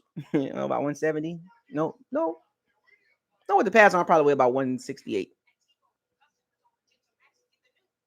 I think I can get out there and get it. Look, I ain't gonna drop no interception. Just put me in cover 3. You know what I'm saying? Put me in cover 3. Now, I can play some cornerback now. I played that too. Put me in cover 3 though. I ain't, cover 2. Cover 2 or cover 3. You know what I'm saying? I don't want to play no man. I ain't got time to be running around chasing motherfuckers. You know what I mean? I ain't gonna do all that. I ain't finna run around chasing. Ain't got time to be chasing mofos. Put me in cover 2, cover 3. I don't want to run around. I don't feel like running around. Just put me in a little zone. You know what I'm saying? I'm telling you, y'all, I need to give y'all some tape on me, folks. Y'all gonna be like, oh, he all right. They'll probably run the ball right at me. It's first play of the game. I'm like, yeah. I go low though. I go low. Take them legs out. Take the knees out. I didn't give. Here's the thing about it. When I play cornerback, I didn't give up a lot of touchdowns, folks. I didn't. I'm telling you, I had one season I didn't give up no touchdowns. So I'm just saying, you know what I'm saying? Like I can cover. If I know the scheme what we running, cover 2, cover 3, I know how to bait the quarterback. I can bait him to do. I can play pretty good. You know what I'm saying?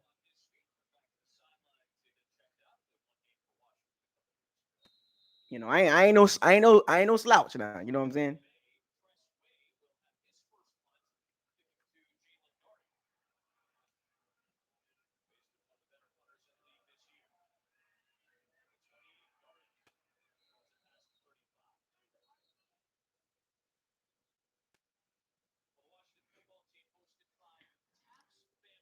You know what I'm saying? Just put me out there with no pads. I can cover. No pads though. No pads.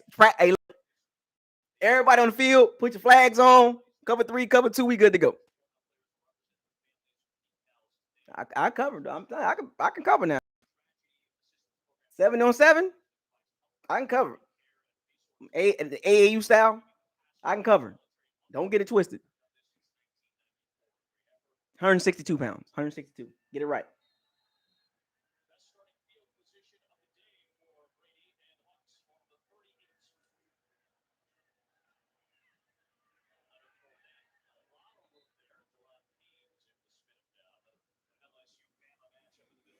I was like a 4-4. I was like a 4-4-5, 4-4-9 type guy.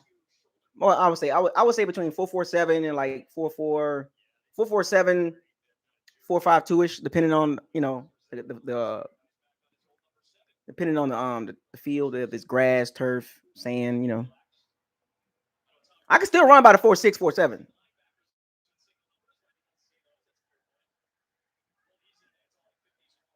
Second down, Brady back by the pass. Probably a pass in the middle.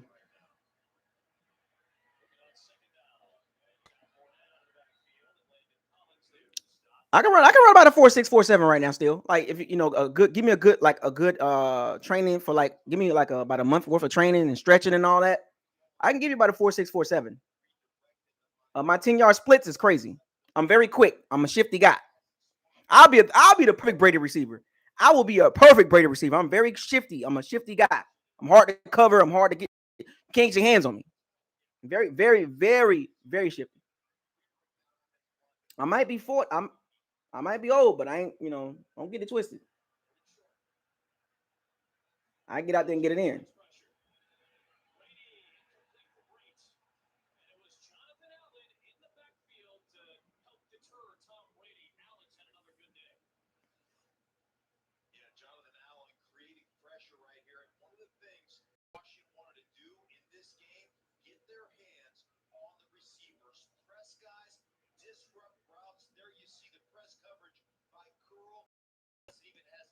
Oh, the crossing routes again.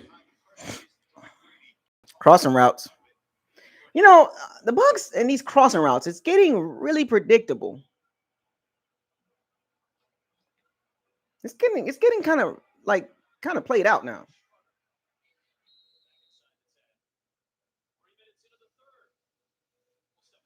Bucs and these crossing routes, man. They got to tighten up on. They got to run a little bit better scheming route combinations. Look, one thing about Brady, he ain't taking no sacks. If the thing about Brady, the good thing about Brady is if he see a pass rush and he can't because he can't move. Like an athletic quarterback would have probably ran away from Jonathan Allen. But the thing about Brady, if he knows he's about to get sacked and he got a way to throw the ball away, it doesn't matter how that ball coming out. He gonna dump it to the ground. If it's a receiver in the area, that's one thing about Brady. He's very experienced, 20 years in the game. You know, that was a smart play by Brady. Throw it away. Like just throw it. Like throw it in the vicinity. He understands the game. The only way you sack Brady is like you get that crazy pressure within 2.5 seconds. But if he gets like if he can see you coming at him, like literally looking at you, how I'm looking at you, if he see you coming, he's throwing the ball away. Oh, he gonna fold. You know what I'm saying? He gonna fold like a lawn chair. You know what I'm saying? He gonna fold like a lawn chair, or if he see it coming, he gonna just dump it off. But the Bucs in these crossing routes, man, it's getting predictable. Like where's the curls, the in cuts, the seam routes, the slants. Um, where's the post patterns? Where's Mike Evans?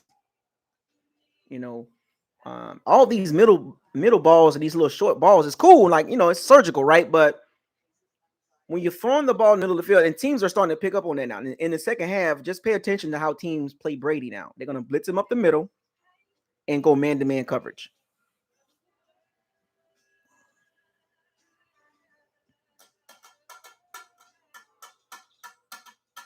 The Bucs are very predictable. Like where's the slants? The post patterns, the deep ends, the deep end routes. The corner routes. And the Bucs are not running those type of routes. I'm a receiver, folks, so I'm watching this from a receiver perspective, and I'm seeing the same routes. I'm literally seeing the same routes. They guys, a lot of guys running in the middle of the field, and one guy going deep. That's not going to work.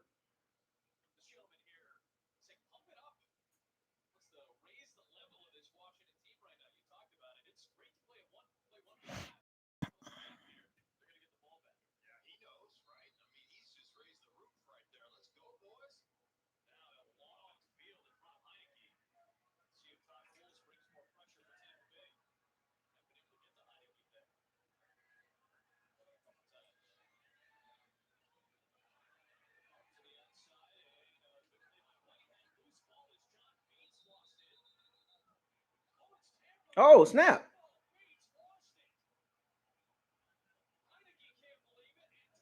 Whoa! Well, there we go. That was ugly.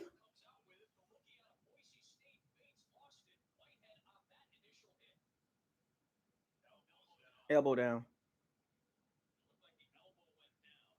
Elbow down.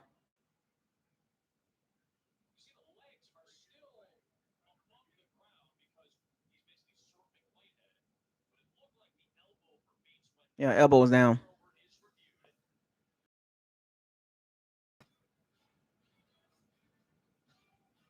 That was weird though. Yeah, down. Man, the Washington football team, they some bullets, man. They are on the brink of giving this game away. The Washington football team is walking on eggshells. They're playing a really fine line right now, and they're playing to lose. The Washington football team is playing to lose. I can tell you that right now. They're playing to lose. They don't know what to do. They're scared. Elbows down, folks. Relax. The Washington football team. Why is my camera doing this? Camera keep focusing in and out. I gotta fix that. Um,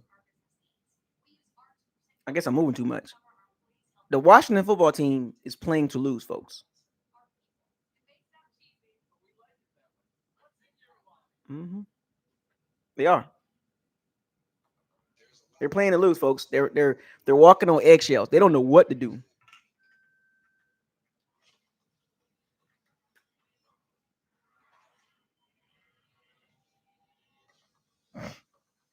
Elbows down. I mean, if we get the ball, I mean that's great for us. But I mean, from a football perspective, it looked like its elbow was down. You know what I'm saying? That's what I saw. I mean, I'm not at the game. I'm not. I'm just saying it looked like his elbow was down. I'm just saying it looked like it. Now they can zoom in, and if elbow wasn't down, first down Bucs, touchdown, 16-13. Let's get it. I told y'all, relax. The Washington football team is going to choke this game away. They're playing scared. They're playing to lose. We're talking about Ron Rivera. He thinks his defense is going to hold. I'm telling you. This is why Ron Rivera will never win the big games. When you got a team down, you gotta make sure they stay down. You teams like the Bucs, you gotta make sure they stay down. And playing scared, playing to lose. And teams always do this across football, college and NFL. When they get these leads, they play to lose. When the game is kind of close, 10 point, 7 point lead, teams get a little tight. You know what I'm saying? They get a little tight.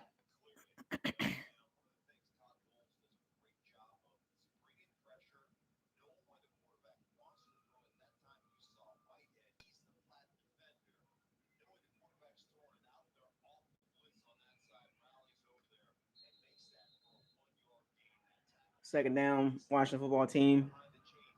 16-6, folks.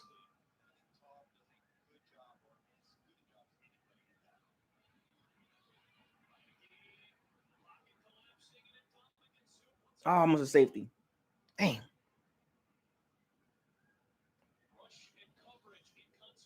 Almost a safety.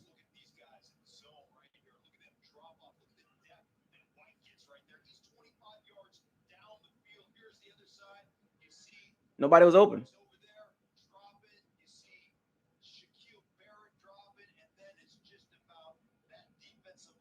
Almost a safety.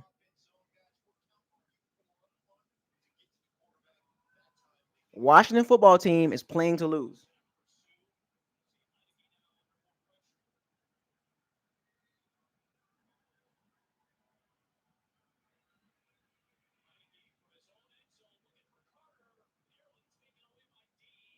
Jamel Dean can't catch, man.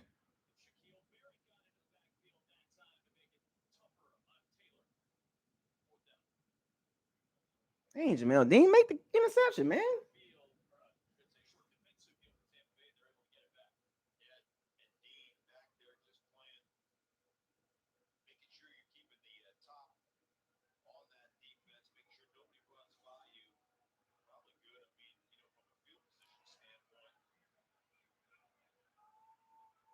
Should be a block.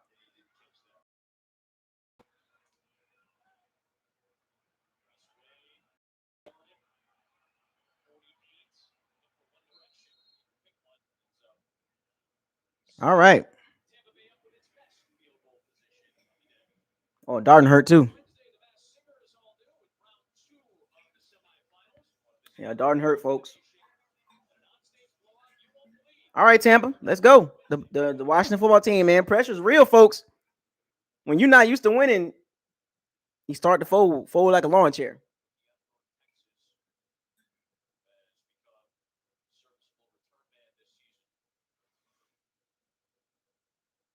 Well, that's what happens when you're small.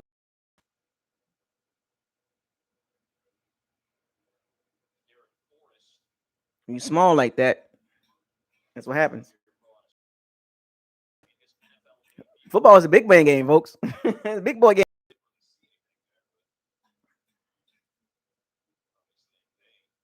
He Darden my size.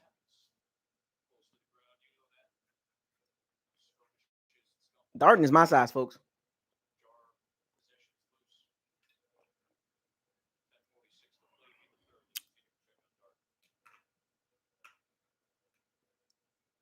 But yeah, Washington football team playing to lose. They're literally playing to lose. Pressure bust pipes, folks. I just don't trust Ron Rivera.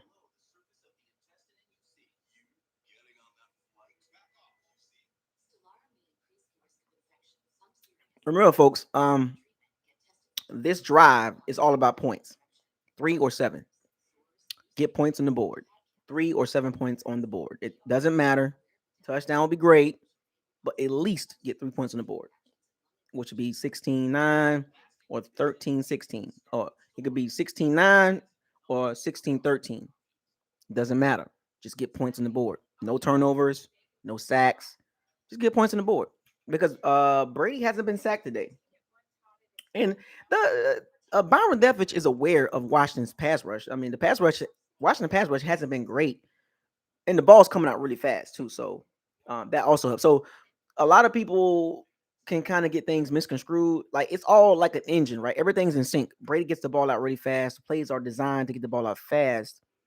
Sometimes the plays are there, and he got to hold the ball a little bit, But when Brady's in rhythm, we move the ball fluently. When he's out of rhythm, that's when he holds the ball too long. If the first play's not there, it tends to get a little shaky. You know what I'm saying? Because the play calling is designed 2.4 seconds or less. 2.4 seconds or less. Go get a clock and time his throws. The ball come out fast, so it's hard to sack Brady. It's already hard to sack him, regardless of what O line you have. It's hard to sack him regardless because he knows where he's going with the ball. It's after those 2.4 seconds that's when it gets a little tricky.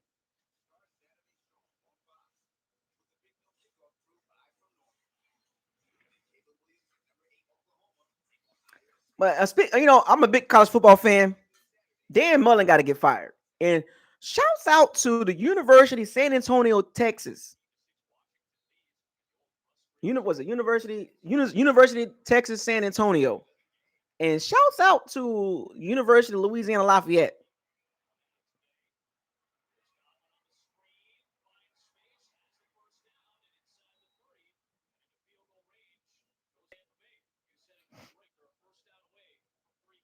Yeah, so 3 points on the board.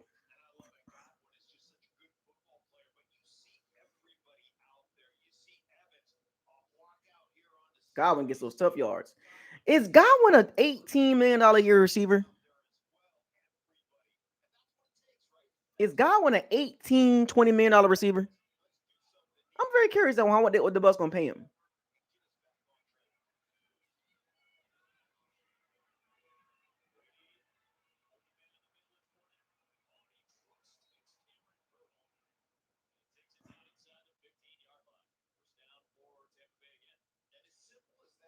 I'm just very curious. Are they gonna pay him?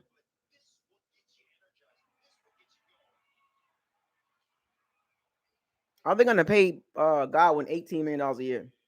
And Mike Evans making what 15, 16? That's a lot of money on two players on the outside. Money.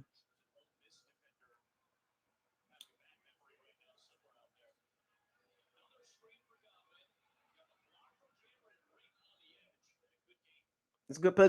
This is a good play calling, right? This is how you run the ball. This is the Bucs. This is an extension of the Bucs running game. Extension of the Bucs running game.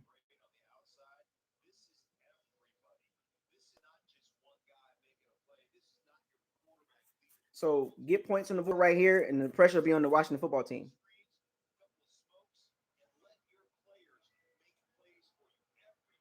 That was like an extension of the running game. Mike Evans, most likely this was going to be right here. Yep. Break. Touchdown. There we go. I told y'all, relax. Washington football team playing to lose, man. They playing to lose. Look, you can't hold Tampa down for a long time. The Washington football team linebackers not good. Linebackers not good.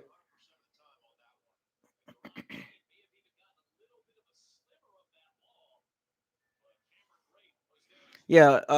So what the Bucs made the adjustment on is get the ball out and to Godwin, quick little screens to Godwin, quick little dump off the Fournette, and defensively they made some adjustments. So that's good. They made the adjustments that they're supposed to make. They made this game harder than what it really is. Like if the Washington football team don't score right here, it's game time. When I mean game time, it's over. It's over. If the Washington football team don't get points on the board or a good drive, the game is over. The game is over. If they don't move the ball right here, if they don't move the ball, just have a drive. 4, 5, 6 minute drive. If it's a quick 3 and out, the game is over. I'm gonna tell you that right now. The Bucs are gonna take the game because the Washington football team, they're not playing to win, and you're gonna see how. Go watch the play calling with the Washington football team this drive. Watch the play calling. It's gonna be very conservative. They're gonna run the ball on first down. Watch. They're very predictable. Like the Washington football team, they don't have the room to play games like this when they have to play perfect. Everything has to click, you know. And the thing about Washington football team, they're not a really really bad team. It's just games like this they can't win. They just can't win because they just tend to fold.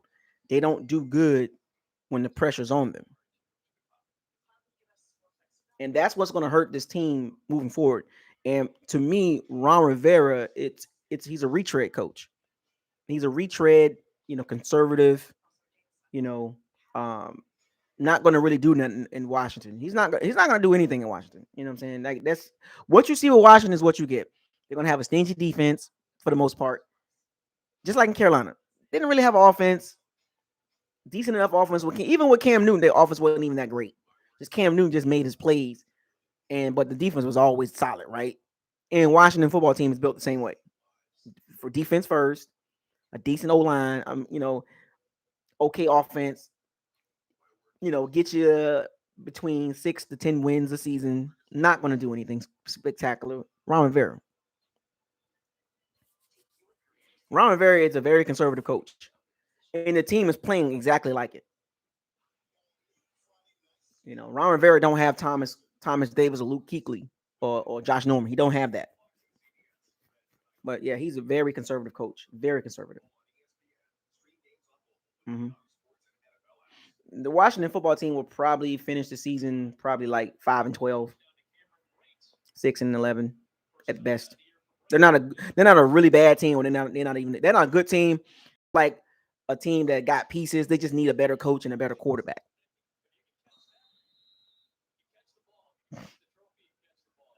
They just need a better coach and a better quarterback because Heineke is going to turn the ball over again. He's going to throw the interception. He got lucky a couple times. If if Washington football team don't establish a drive, they're going to lose. This drive right here will tell you exactly how the game's going to go. This drive right here by the Washington football team is going to tell you how the rest of the game is going to go. Watch. Mark my words. Mark my words. This drive right here by the Washington football team is going to tell you how the rest of the game is going to go. Come back to this drive right here. Remember I said this.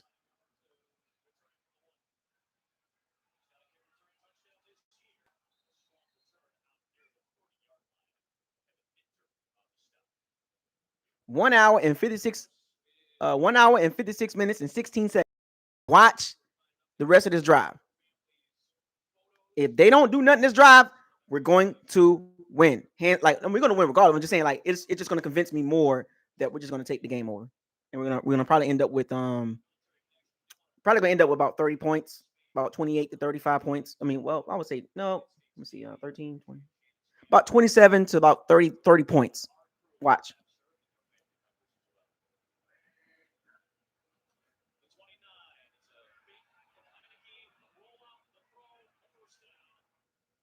Come on, D. Delaney. Man.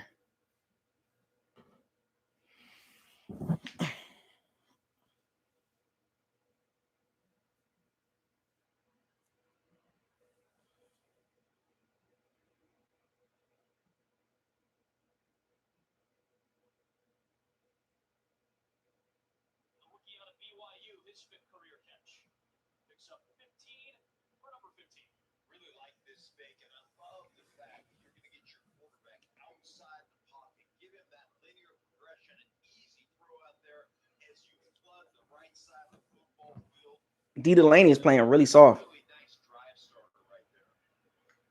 It wasn't the first down run. That fooled me on that one.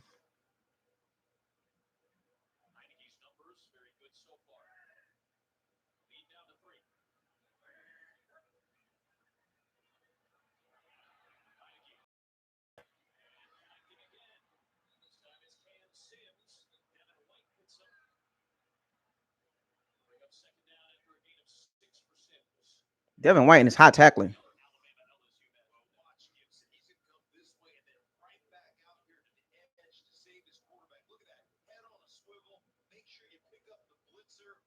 Devin White always tackling high. He always tackling high. Why can't he form tackle, man?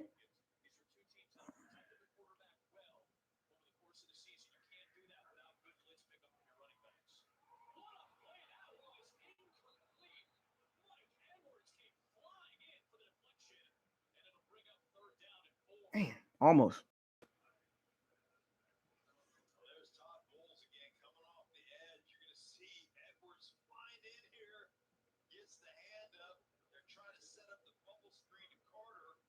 Almost, man.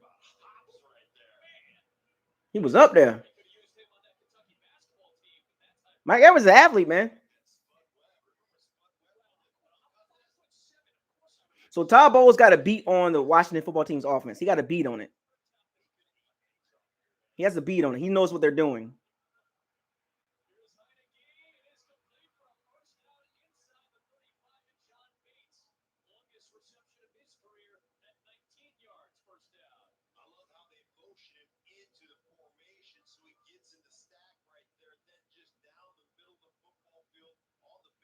Oh, good throw.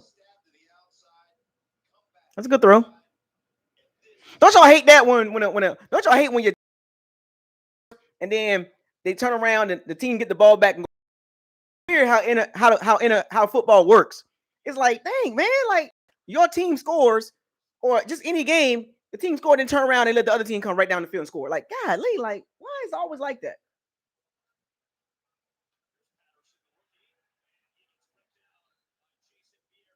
It's always like that.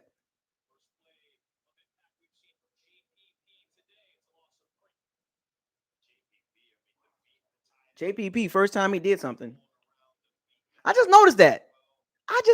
It's like, why is it always like that, man?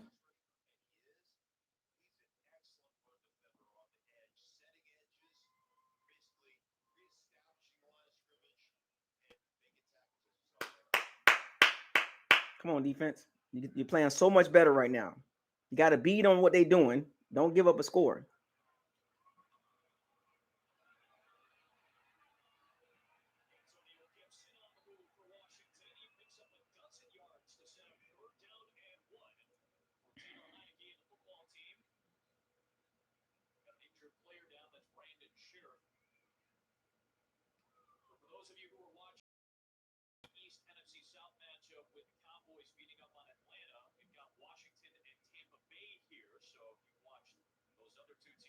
Oh, that's crazy. Um, They stopped the Cowboys and Falcons game, and the Patriots looking good.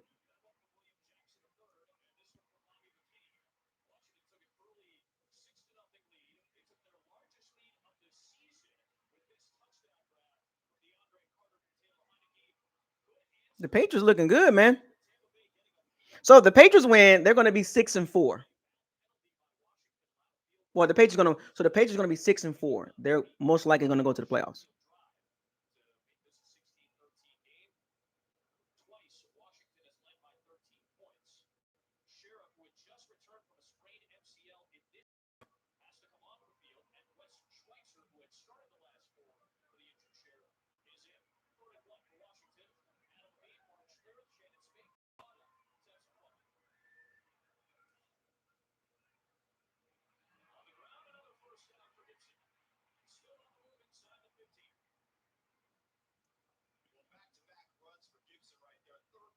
I like Antonio Gibson, man. He's a nice running back. Antonio Gibson is so much better than Keyshawn Vaughn.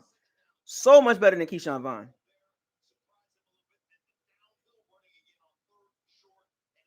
So much better than Keyshawn Vaughn.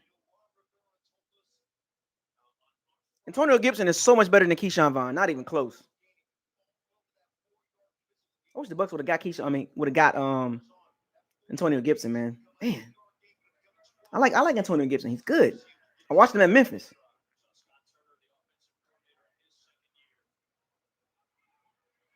No pressure. What? The ball wasn't even catchable.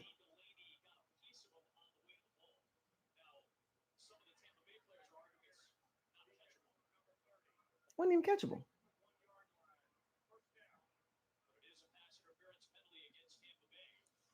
Was not catchable ball. That was a bad throw.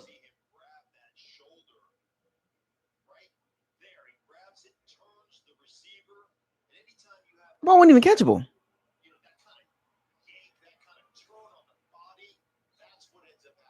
The ball wasn't even catchable. I mean, illegal contact, cool, but that was not a pass interference. That's illegal contact 5 yards, but that's not a pass interference. The ball wasn't even catchable. So I'm not understanding that.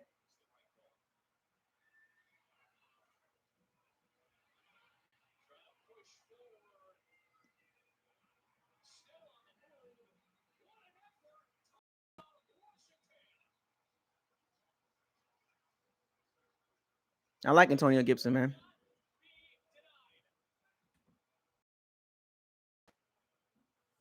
I like Antonio Gibson, man. The dude, man. Antonio Gibson he's a really good running back. He's a good running back. But they ain't blow the whistle. It's forward progress will stop.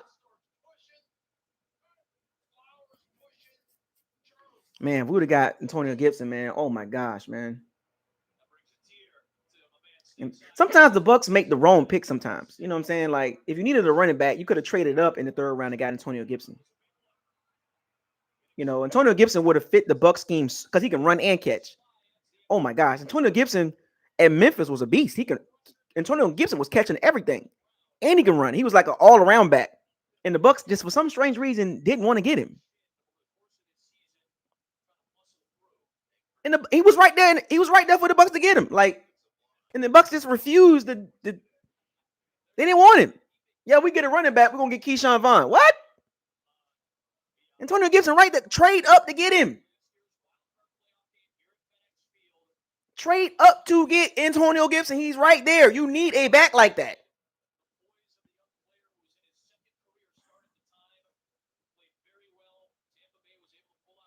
I mean, literally, 2nd and 3rd rounds.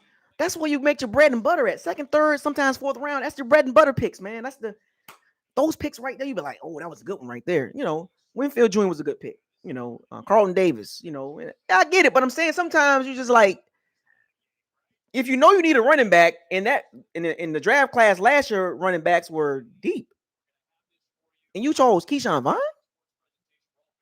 The running back draft was deep, and you chose Keyshawn Vaughn out of all those backs. DJ Dallas, Jared Patterson, like those running backs are so much better than Keyshawn Vaughn. And we chose Keyshawn Vaughn over running backs. That was like it's weird.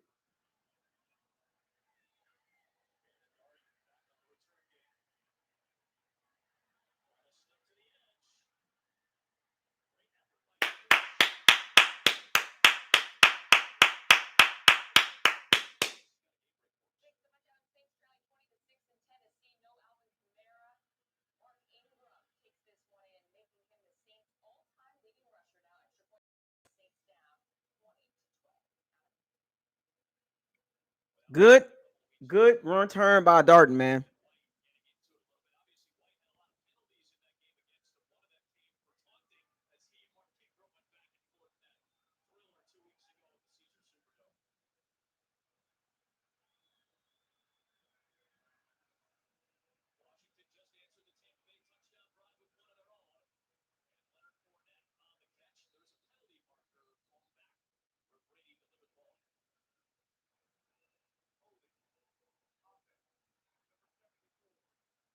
Ali Marpet with a hole?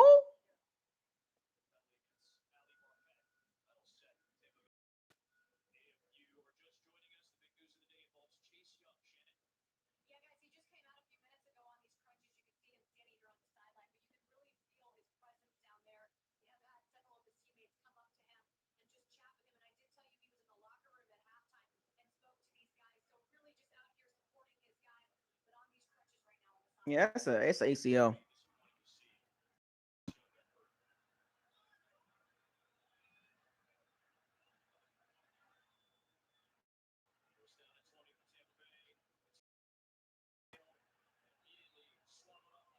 Well, Fournette catching all the balls, man.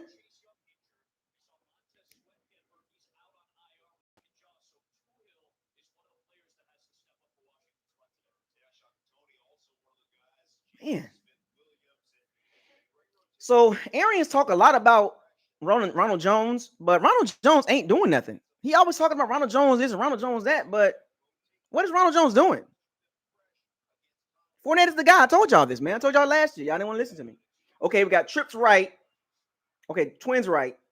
Most likely a crossing route. Or in motion. Godwin's in motion. Yep.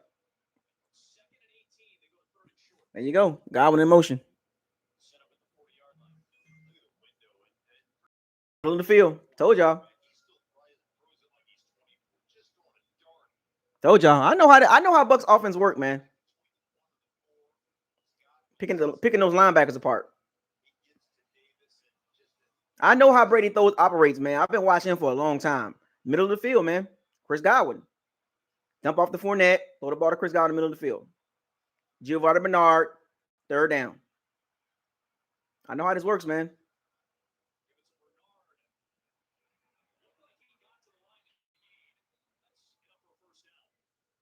This is the New England offense, folks. This looks exactly like the New England offense.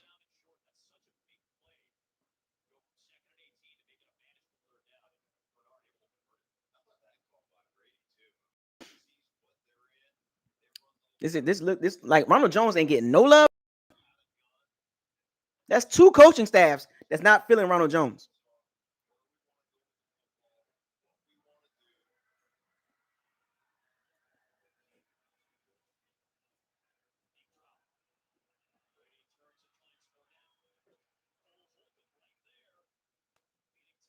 So I'm starting to sense right here. So Fournette is the extension of the running game. The dump off the Fournette, yeah, those are catches, but those are more like runs. Those are more like they're not even running. They're not even trying to run the ball. Yeah, this is extension of the running game. So I see what Brady's doing. Like we really can't run the ball well, so you dump off the Fournette and try to let him get yards at the catch. I see what they're doing. I like what the Bucs are doing. Throw the Fournette, throw the Godwin in the middle of the field. There we go. Fournette again. Where's Godwin? Yep. I look. It's not hard to defend the Bucs offense. It's really not. It's really not hard to defend it. They're really running the same plays. Same three plays. Wide receiver screen, Godwin over the middle, dump off the Fournette.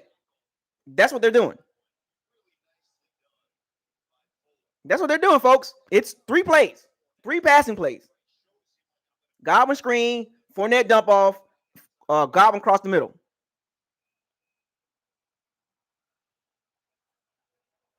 Y'all seeing this? Watch. Brady gonna throw the middle of the field.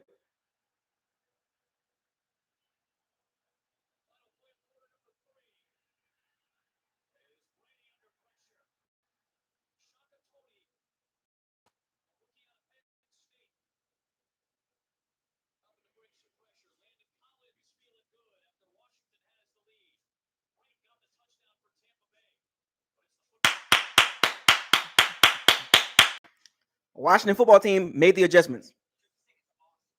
Where's Mike Evans? Where's Mike Evans? Right. So remember, I'm gonna say this again. Do you pay 2 receivers over $16 million next year? If you're gonna pay Godwin $18 million, do you keep Evan at 15, 16? I don't care how much you kick the can down the road, you got to pay him. What do the Bucs do at receiver next year? Are you going to pay 2 receivers over $15 million? How many teams are doing that? Brady can't scramble, so y'all can't get mad at that. That's not his game. So if he gets pressure, he can't scramble. He can shift a little bit to the right or left, but he's not going to outrun nobody. But let's get back to the real deal. I'm always forward thinking, right? Every now and then, I always look ahead. I always plan ahead. Always plan ahead. You want to be ready. It's better to be ready for the future than not to be ready. Do you pay 2 receivers over $15 million? How many teams are doing that? How many teams are paying 2 receivers over $15 million a year? I don't care how much they kick the can down the road with Mike Evans. Do you pay Godwin $18 to $20 million? Huh? Somebody answer that question. I'll give you a special shout out. If somebody can give me a legit answer and convince me that you should pay 2 receivers over $15 million on the roster. Can somebody convince me that? Convince me, and I'll agree. I will agree if you can convince me paying Godwin $18 to $20 million and Mike Evans, a big cap hit, keep it kicking the can down the road.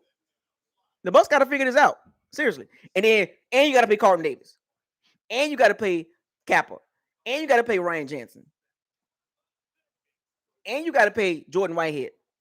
And you got to pay Antonio Brown. And you got to pay Leonard Fournette. And you got to pay O.J. Howard. And you got to pay Cameron Brate. Do you pay Godwin $18, $20 million?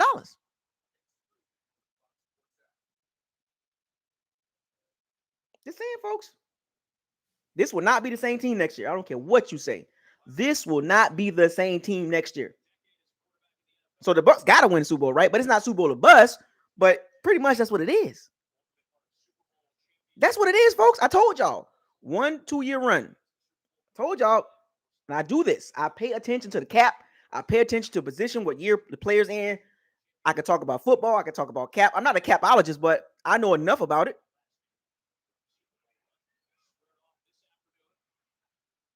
The Bucs are the oldest team in the NFL. Do you bring Dominican Sue back? Do you bring JPP back? Fournette, Godwin, O.J. Howard. Number 80, Cameron Brate, Leonard Fournette, Antonio Brown, Carlton Davis, Jordan Whitehead.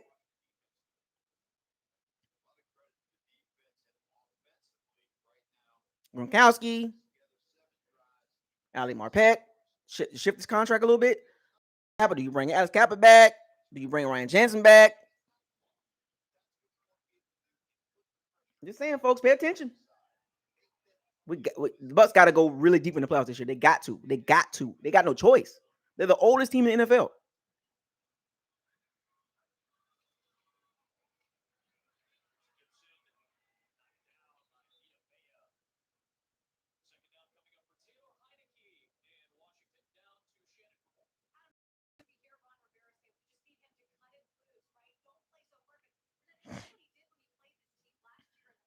I'm just saying, folks.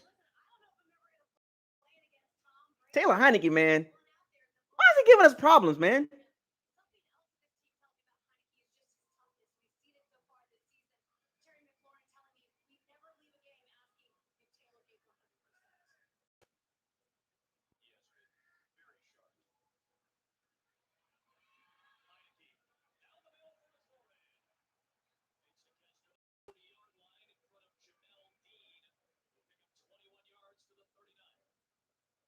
Terry McLaurin's a body catcher. He don't catch with his hands. He catches a lot of balls.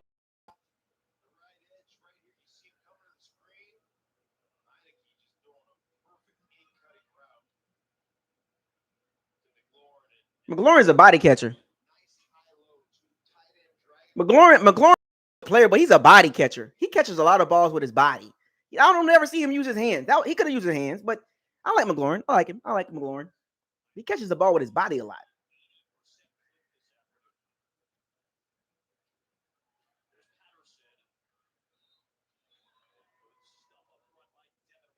Devin White's played a good game today.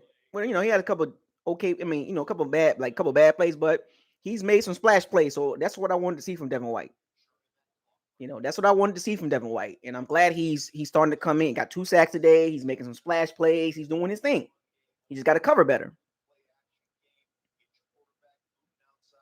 Vita making his impact in the running game. No pass rush from him, folks. No pass rush. No pass rush.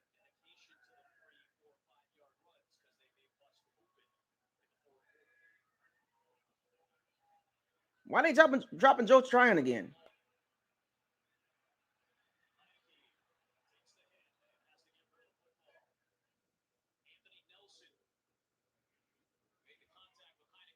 Why is Joe Tryon dropping back?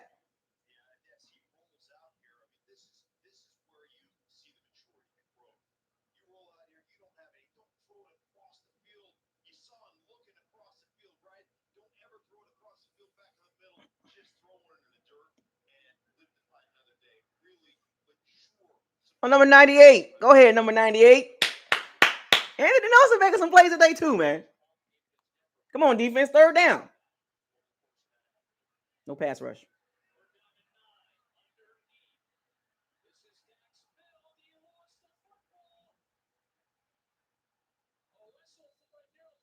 What happened?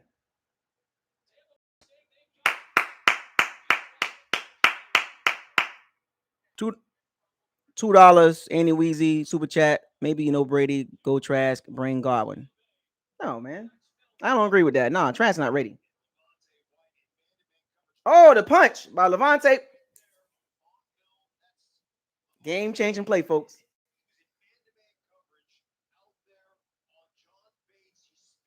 He tackled his own man. Good play by Lavonte. Lavonte, dog. This is why I wear his jersey, folks. Hey, true Buck fan right here. 2000 what? 13 what? 2012 draft class. I'm one of them fans. I'm one of them Bucks fans.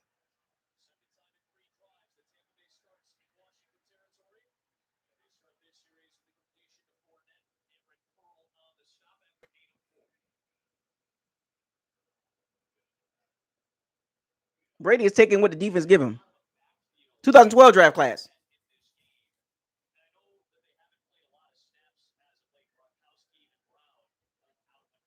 That was a game-changing play, folks, because the Washington football team was on their way. They were on their way, man. That was 2011? No, 12. 2012, man.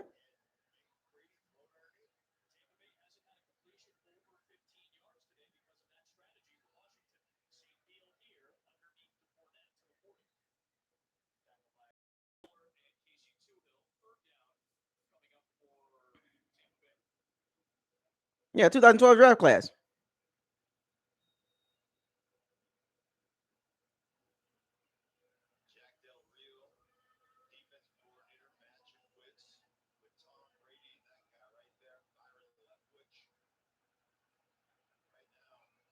Oh, that's right. Jack Del Rio is the DC of the Washington football team.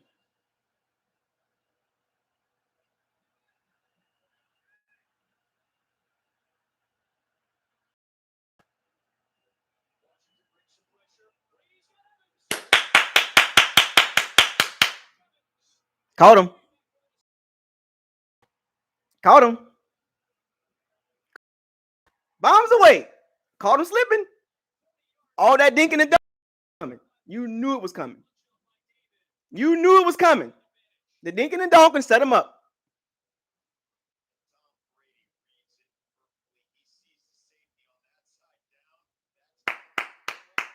Caught him. Got him. Off the release. Caught him.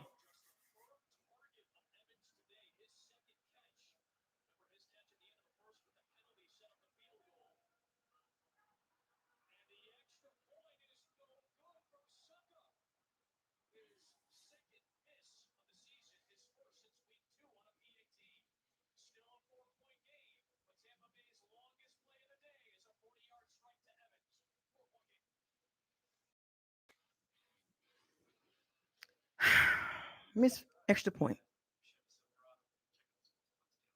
Josh Woodard with the super chat. For the one time online. Byron and Leftwich is not good. Is not a good play caller. I mean, he's okay. He's getting better. Being the OC for Tom Brady, you don't get a lot of credit. You just don't. You don't get a lot of credit for being the OC for Brady. You just don't. Because of Brady's been in the league 20 years. You know what I'm saying? How much credit do you give Byron Leftwich? You know what I'm saying? Like, he gets some credit now. Don't get me wrong. He gets some credit. He gets some credit, but we don't really know how good Leftwich. Now, without Brady, we've seen him with Jameis Winston, a lot of points, a lot of turnovers, and it was a really bad offensive scheme. With Brady, the offense is more efficient, but how much is that? It's Brady than Leftwich, though. You know what I'm saying? How much of it is Brady versus Leftwich? You know what I'm saying? Because remember, they give Brady the power to change plays and make his own play calls. You know what I'm saying? Whatever he's comfortable with. So, how much percentage do you give Byron Leftwich coaching Tom Brady, or quote unquote? I wouldn't say coaching him, but calling the plays, because it's hard for me to give Byron Leftwich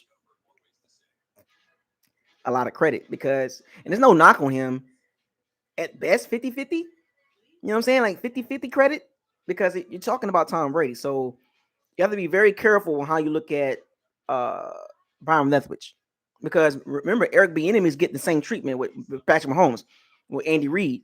How much credit do you give Eric Bieniemy under Andy Reid and Patrick Mahomes? How much work do you have to do, really? Do you have to really coach Patrick Mahomes up, or is that Andy Reid? Or when the play call works, is that really Eric Bieniemy calling the right play, or is that Patrick Mahomes just making something happen? Same thing with Byron Leftwich. Like, how much do you give? You know what I'm saying? So it's like it works, you know. So Evans got 3 targets, 2 catches, and a touchdown.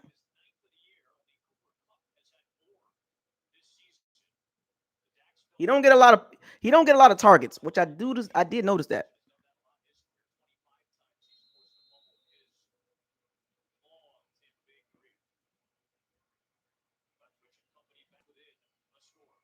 Like, it's hard to coach Brady because he's already done it. Like, what more can you tell him?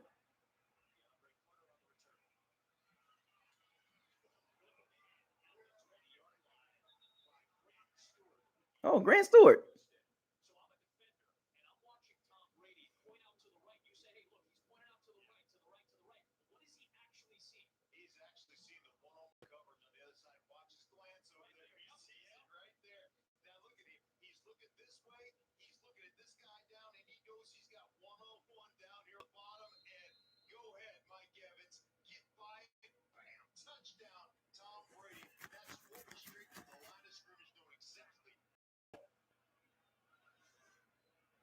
Come on, defense. We need to stop.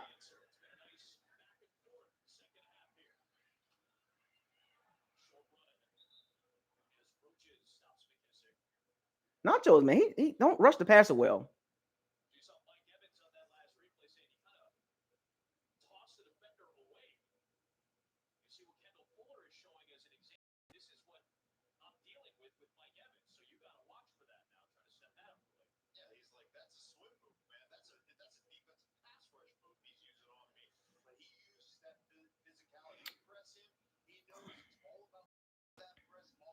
West Dog with a $10 super chat. Appreciate the super chat. $10 for one time for whoa. Let's go, baby. We good, folks. I told y'all, relax.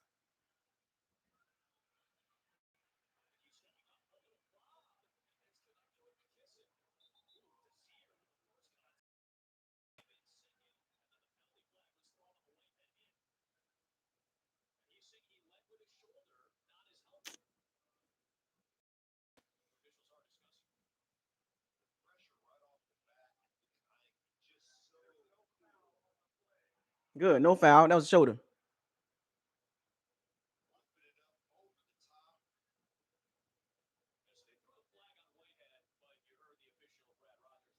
Ain't no flag.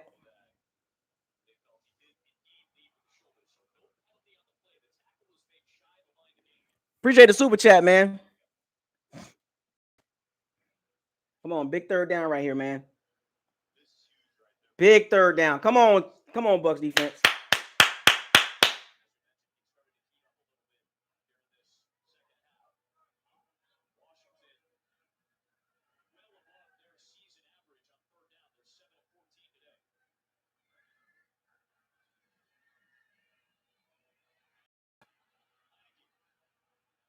Pass rush, man.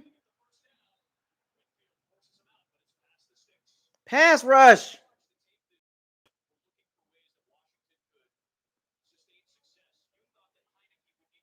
I hope this don't be one of them 6-minute drives.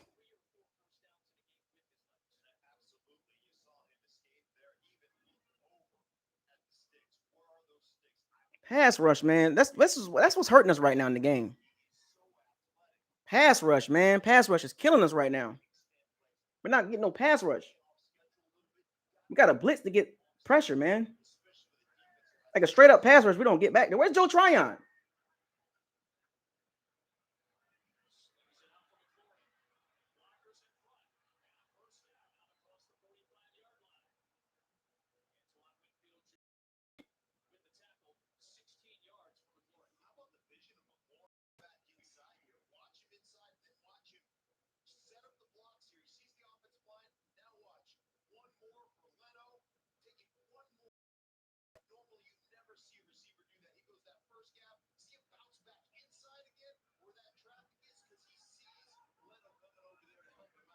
Man, this defense, man. Come on, Joe Tryon. Joe Tryon in the game. First down. About 7 minutes left.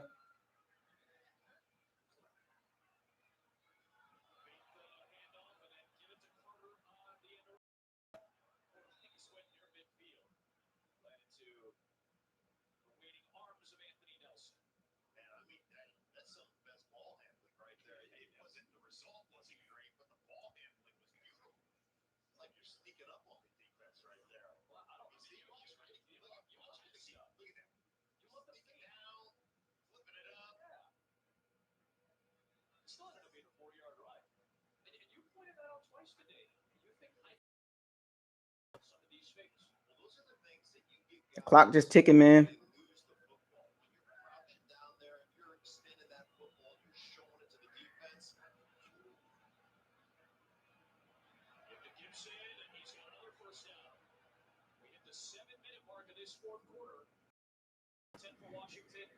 See, I don't understand this. Why does this happen? We score a touchdown and then the defense just get lackadaisical. Like, why is this happening, man?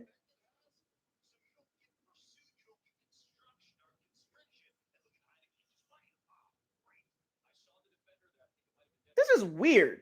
Like, we just scored a touchdown and then got the pressure back, got the momentum back, and then the defense come up and do this. Scott Turner is the OC, dog. Really, dog? Come on, man.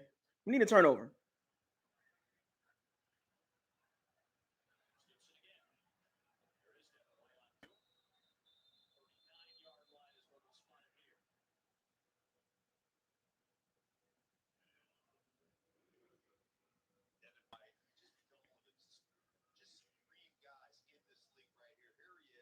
Mark Schlereth said Devin White is supreme. Come on, fam. Like, come on, Mark Schlereth. Jesus. What you been watching? You don't watch Bucs games, man. You don't watch Bucs games.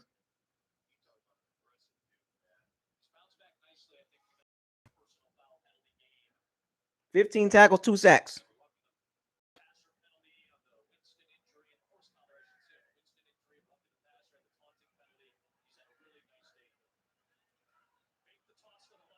What's the pass rush?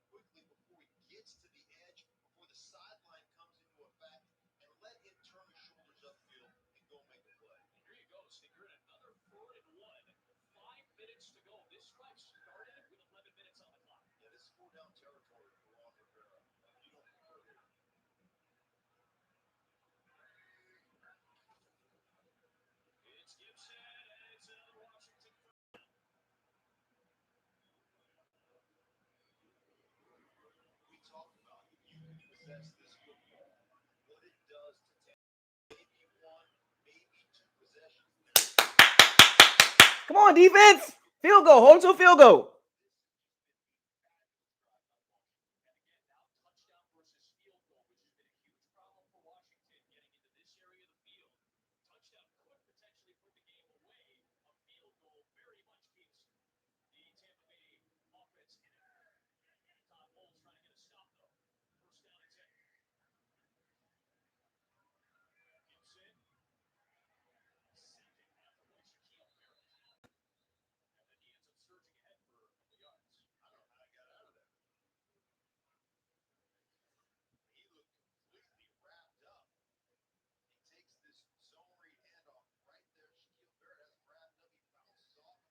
Come on, Shaquille Barrett.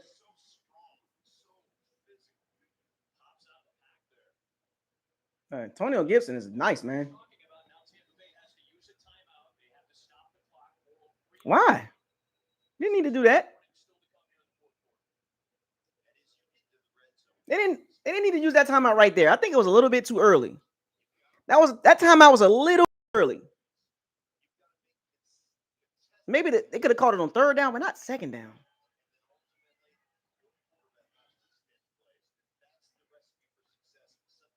The Washington football offense is a one step ahead of the Bucs defense. They're one step ahead.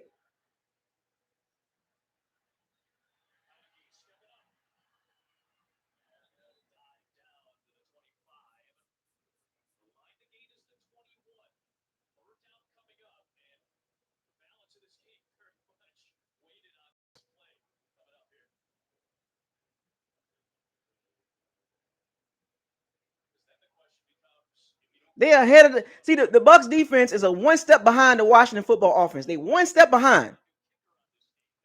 One step behind. They one step behind. They it's like they just can't figure it out. It's like they right there. 3rd and 4. Come on, defense. You right there. Just make a stop. Pass rush.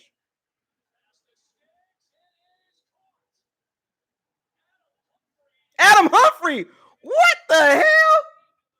Adam Humphrey? Really? Adam Humphrey?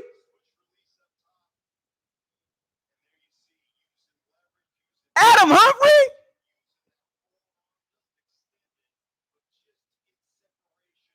Adam Humphrey, dog? Wow.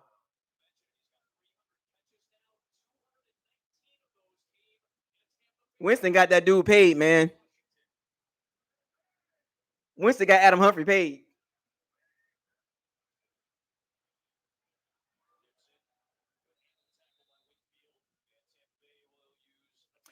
See the timeout. I don't know, man.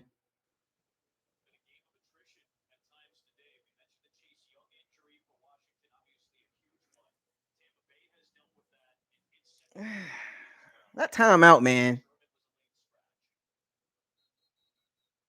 The timeouts is kind of weird. It's very tricky on how to use timeouts in this situation. Like, because they remember now they used the timeout in the previous series, right? You know, the previous or whatever. So they used another timeout. Now it's 2nd 11. So now we got another set of downs. They use the timeout. So that's what I'm saying. That previous series, that previous series, they should have waited because you would have had 2 timeouts left right now. I get what the Bucs doing, but it's very tricky.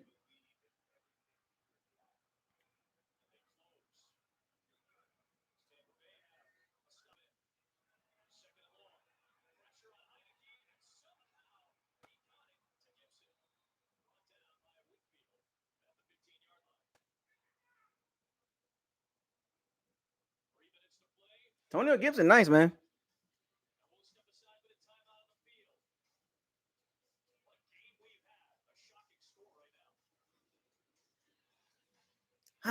Devin White could have put his hands up, right?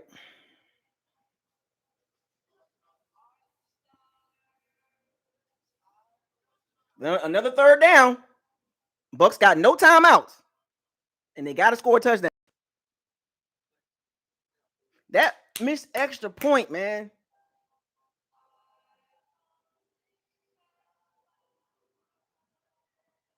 That missed extra point, man. God damn. Like missed extra point, man. Turnovers, missed extra point. Defense not playing well. We've seen this before, folks. We've seen this before. We've seen this before, man. We've seen this before, man. No timeouts. Third down. Come on, man. Just make a stop holding to a field goal, man. Because if they get this first down, that's another 2 minutes off the clock. If they get this first down, it's another 2 minutes, man. Like, because it's another set of downs, 4 downs. ALG335 with the $3 super chat. Thank you for the super chat, man. Folks, super chat is it. The super chat is open. But if they get a first down, that's another 2 minutes off the clock. But the thing about it, as a Bucs fan, I've seen this game before for multiple seasons.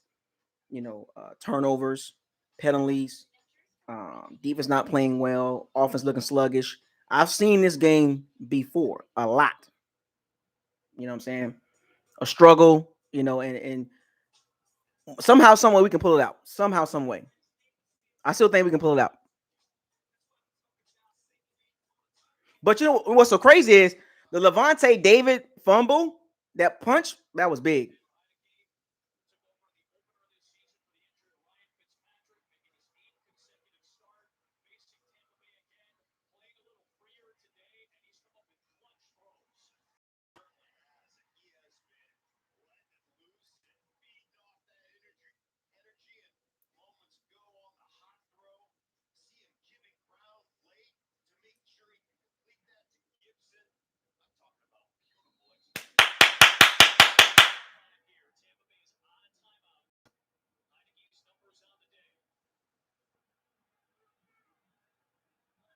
Come on, Bucs defense, hold him.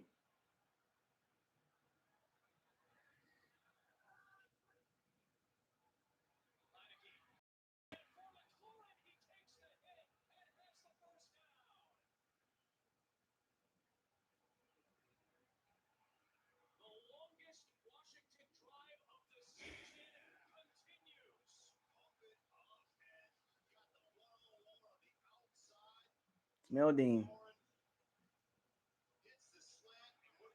Oh, McLaurin's a beast. I watched Scary Terry in Ohio State. I didn't think he was going to be that good. The game ain't over, folks. The game ain't over. We can still stop him.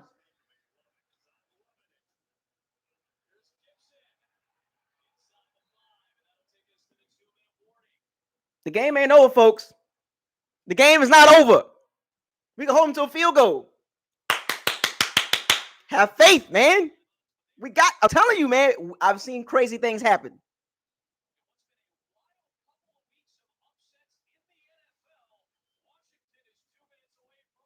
The game is not over, man.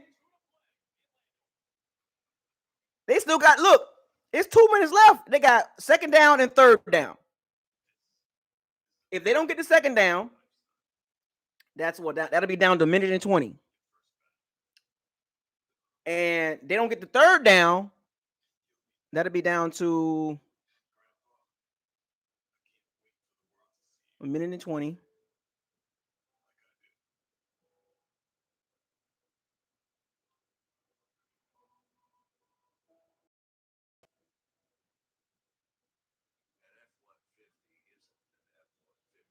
Man. No, we can still win. Think about it. They run the ball. They don't get it on second down, right? That's 40 seconds off the clock. And then third down, they don't get the first down. I mean, they don't get in. That's another 40 seconds, right? That's a minute and 20 off the clock. Right? A minute and 20 off the clock. So it'll be under 2. It'll be Under a minute left. It'll be under a minute left. Then on fourth down, so they don't get it on second down. They don't get it on third down. The clock running. Fourth down, they kick the field goal. And they kick the ball off. To be 26-19. They kick the ball off. It'll be like less than like 40 seconds left. That's still time, folks, to tie the game. Like, don't give up, folks. Like, I've seen weird things happen. I've seen weird things happen, dog. That's a long drive. Like, the Washington football team had the ball when it was like, what, 11 minutes left? What was it, like 10 minutes, like 11 minutes left? It was about 11 minutes left when they got the ball. 11 minutes, 18 seconds. So you mean to tell me they took 9 minutes off the clock? See, remember what I told you about them timeouts? I didn't like how they used the timeouts. I didn't like it. I didn't like how they used the timeouts. I didn't like it.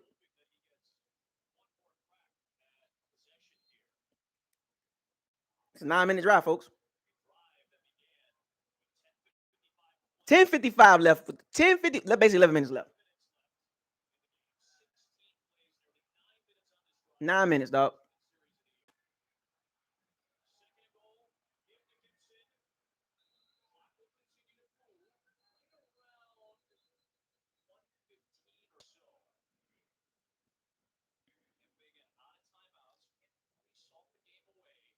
No, we still got time. We'll still be time left.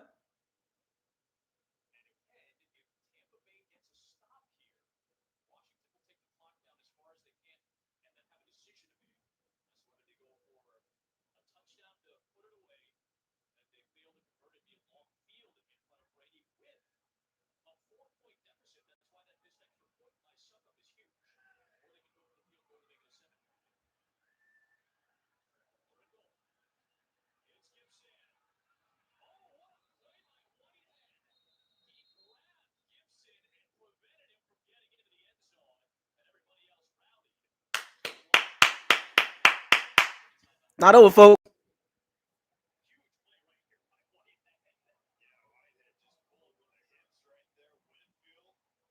It's not over yet.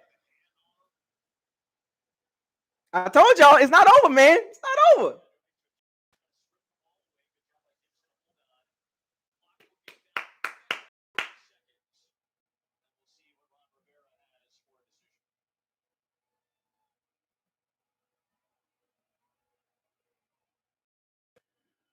It's not over, folks. No, baby. You can't stop the clock out, baby. Yeah. We get that ball back. It's on. I've seen some crazy things happen, folks. I've seen some crazy things happen, folks. We get that ball back. I'm trying to tell you, they kick that field goal. We're gonna get that touchdown, dog. That missed extra point. Look. I'm trying to tell y'all, dog.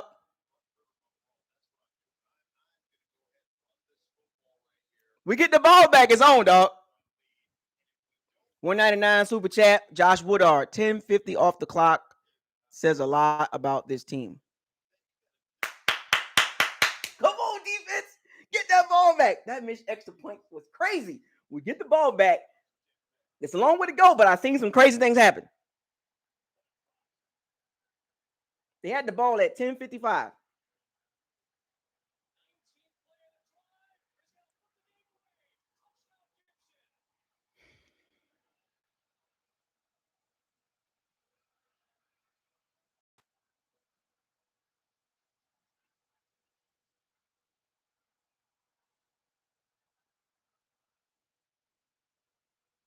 Got outplayed, folks. Got outplayed. That's a bad loss. 2 bad losses.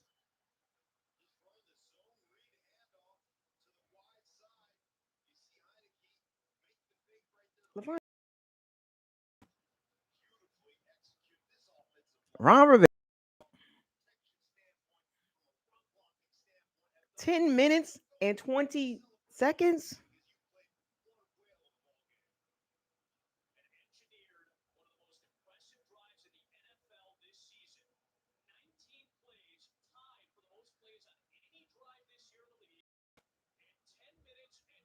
10 minutes and 26 and 10 minutes and 26 seconds.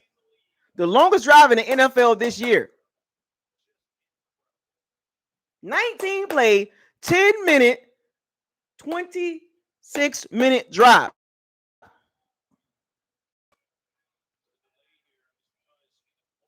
Oh, Vita Van hurt.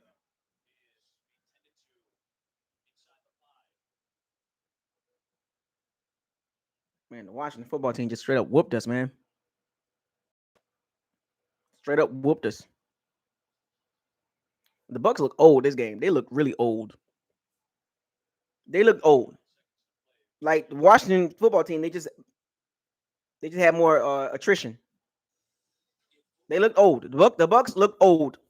They look old and they didn't look good. They just didn't look good. They look like an average team today. And we know the Bucs better than that. But the Bucs look old today. The D line is old. Um, Devin White had a good game today. I mean, for the most part, but this is a really bad loss. But remember, look at the bigger picture, folks. We're still winning the division. We're still number one in our division. That's at the end of the day, we're still number one in our division. Like I wouldn't look. This is a loss. It's okay, folks. Breathe. It's okay. Look at the bigger picture. We're winning the division. We're still at the top of the division with the Saints and the Panthers and the Falcons still to play. But as far as number one, number two seed, that's gonna be really tough to get, man. And I really want the Bucs to stay away from the 4 seed. I really do. That 4-5 matchup will be not a good matchup. It will not be a good matchup for the Bucs. But remember, folks, every year I told y'all this, and a lot of people don't want to believe this, but um, every year is different. Every year you might have physically you might have the same team, like the names and all that, but every year is not the same. I don't care what you say. Every year for every team is not. Oh, Cart. Oh, out for the season.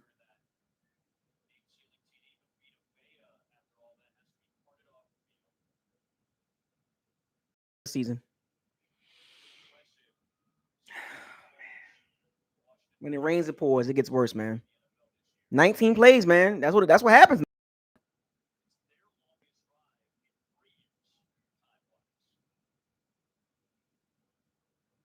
19 plays, folks. Something bad was bound to happen.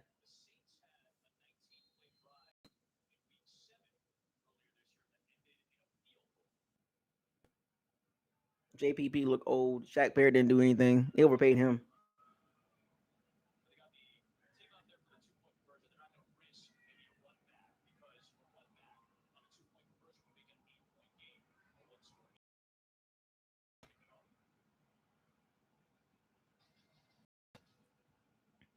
It's a bad day, folks. I mean, the Washington football team, they came in with a game plan. They executed. Back to back games, the other team had the better coach. Sean Payton, obviously better than Bruce Arians. Ron Rivera, which I don't think he's better than Bruce Arians, but he just had a better game plan. They didn't turn the ball over. They didn't have a lot of penalties. They made their third downs. They didn't turn the ball over. They played a solid game. And to beat the Bucs, the blueprint is there. The blueprint is there. Don't give up a lot of big plays. They gave up only one big play. Well, two really. Two big plays. Until Darden had one up the sideline, and then Mike Evans had one. Mike Evans had 2 catches. Like so, the blueprint is there, folks. If you just guard against the deep ball and make the Bucs. The Bucs are turning into the Kansas City Chiefs. You make them drive the field. You know, um, because if you stop the Bucs from the big play, the Bucs got to move the ball down the field. You cover the middle of the field, so basically you shrink the offense down. You play cover, and Ron Rivera plays a cover 2 shell. Jack Del Rio, they play the cover 2 shell, cover 3, cover 2 shell. Keep the plays in front of you, and if you can do that to the Bucs and Chiefs, your chances go up high to win. The Saints and the Redskins, the Washington football team, have done that.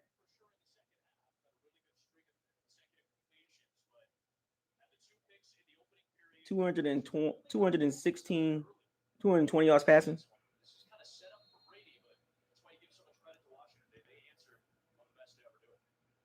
So the Saints gave Brady problems, and the Redskins gave the Washington football team gave Brady problems, and you know,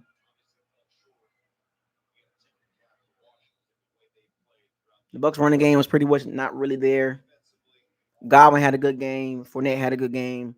That was the only two guys that really did something. I mean, Evans had a touchdown catch, but Evans only had 3 targets, 2 catches. So for whatever reason, that Brady Evans connection is really just really not there.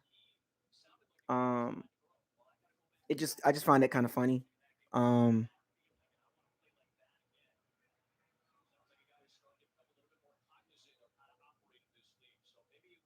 you know, Tyler Johnson didn't do anything. Darden had it. It just was a bad, just a bad loss. Back to back losses. Uncharacteristic of the Bucs, especially with this team. Bruce Arians has not done a good job in coaching for the last 2 games. Not having his team prepared, a lot of turnovers. Um, that's bad. That's bad coaching. Remember it starts at the top. Every organization is built from the top. Nothing starts from the bottom. So you can't say, oh, it was the defense. Oh, it was Tom Brady 2 turnovers. It was Jalen Darden. Oh, the defense was bad. You got to start at the top. On that field, you have to start with the head coach. The reflection of this team is the reflection of the head coach. And right now, there's multiple teams that are better than the Bucs right now. The Patriots are playing better. The Titans are playing better. Like there's a lot of teams playing better than the Bucs right now. The Bucs are like they're not a top 5 team right now. Don't worry, we'll get there. Um, but right now we're just not playing good. The big plays are not there. Um, Brown makes a big difference, but that's no excuse. Gronkowski, him not being there, that's kind of a safety valve. I mean, his 2 main guys. Let's be real. 3 of his main guys. He's missing 2 of them.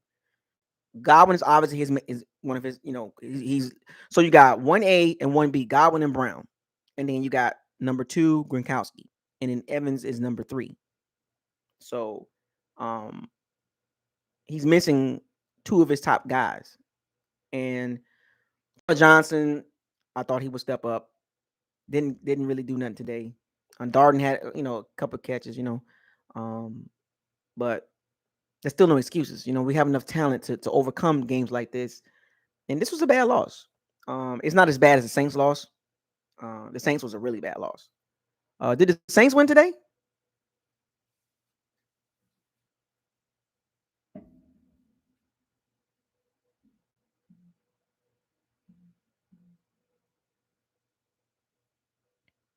Or the Saints lost? What was the score? What was the score? So that's good. So the Falcons and Saints lost. So we still 1 game up. Zach Jarvis 199. Thank you for the super chat. Uh, leg injury. Leg injury. It's a really bad injury. Leg injury. Carted off the field. So more than likely, that's a season-ending injury or out for weeks. So that's a big blow for the run defense. He didn't offer anything pass rushing wise. Also, the Saints losing. Okay, 23-21. Okay, cool. So, folks, it's not a bad day, folks. Relax. It's not as bad as you think it is, folks. The Saints game was a really bad loss. Um, I stand on that too. But all is not bad, folks. You know what I'm saying? All is not bad. You know.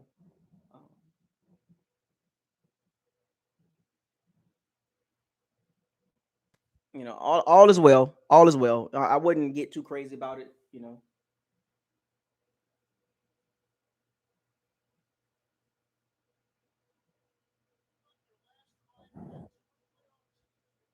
Okay, so the Titans beat them.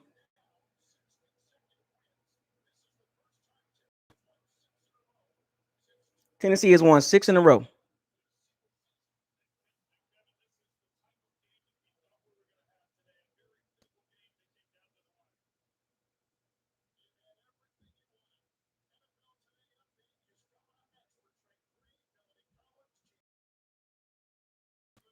I mean, the Bucs are still a top 10 team.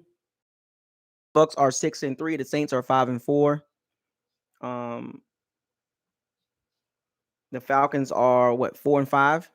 The Panthers are, so we're good. I'm glad the Saints lost, so I don't have to hear them run their mouth. Because if they would have won, they would have been top of the division. They would have been 6-3 if they would have won. That would have put us at number 6. But we're still we're a 4 seed right now. We're a 4 seed, so we're good to go. I would like the Bucs to move up to the 3rd or the number 2 seed. But still got a long way to go, folks. Still got a couple tough games. The Colts looking pretty decent. Of course, the Bills going to be a tough game. We already know that. And then the Saints. Well, we get them at home. We get the Bills and the Saints at home. So that's really good. If we can, squeeze out those games, we'll be fine. I said 14-3. Right now we're 6-2. So my prediction is still good. Which means the Bucs are going to have to win every game for the rest of the season. Do you see the Bucs going undefeated for the rest of the season? That's the Panthers twice, the Jets, the Bills, the Saints, the Colts, and the Falcons, and then somebody else. I forgot the 18. But can the Bucs run the table? Can the Bucs go 8-0 to go 14-3 and to get that number 1, number 2 seed? Can they go 8 in a row? I mean, let's be real. Like I said, 14-3, so I stand on that. I'm right now. I don't need the Bucs to lose for the rest of the season. They don't need to lose for the rest of the season. They need to win out. I need the Bucs. So every game, the Bucs need to win to go 14-3 to secure that 1 seed. You know what I'm saying? And it's doable. It's very doable to go 8-0, 8-game winning streak, right into the playoffs. But I got the Bucs losing to the Bills, so that's 13-4. So, it's unfortunate. The Bucs can go 7-1. But it's just a bad loss, folks. It's hard to sugarcoat it. Now I got to talk to my Saints friend about the loss because he always laughing at us. But it's not good, folks. Like the Bucs got some things that they really they're just not good in. They're just not good in certain areas to be a championship team. Now we got away with it last year because we was able to avoid major injuries. Keyword major injuries. This year, the injury bug has hit the Bucs hard. Like the injury bug is starting to catch up. It's no excuse, but I'm saying it's just a fact that the injury bug has really caught up with the Bucs. Like the Bucs got away with it. They got away with it against the Packers. I mean, the Cowboys. They got away with it against the Patriots. They got away with it against the Dolphins. The Bears, the Eagles. They couldn't avoid it with the Saints. Eventually it's gonna catch up with you. You know what I'm saying? And then the Redskins, like the injuries are just to the point where it's like, dang, you know what I'm saying? Look, the Ravens got 10 people on IR, right? And it's hurting. Every team will get hurt by injuries, but you can't lose games like this. We have the more talented team, the more talented roster, the better quarterback. The running backs about equal. We got the better receivers. The defenses are about equal. You know what I'm saying? So you would think the difference will be Brady, right? The difference will be Brady or the Bucs offense will be the difference of the game. But Ron Rivera had a game plan. The Bucs didn't run the ball effectively. I'm gonna keep saying this until y'all. I'm gonna keep beating it upside your head. When you can't run the ball effectively, this is what happens. You got to run the ball effectively. You can't sit there and drop back 40 something times a game. It just doesn't. I don't care what you could be the little dinking and dunking, but you got to have physicality. And this game the Bucs should have been more physical. And the Bucs turned into a finesse team. And the jig is up. The jig is up. When you are a finesse team and when you come against a physical team, the Rams, the Saints, the Washington football team, the Buffalo Bills, The Panthers are a physical team. You can't be finesse. You have to be physical with them. The Bucs are too finesse. The loosey goosey. I got my bands on. I want to break all the records, passing records. I want to get 3 receivers over 1,000 yards. I want to get 3 receivers over 70 catches, 3 receivers over 10 touchdowns apiece. That's finesse stuff. You're finessing it.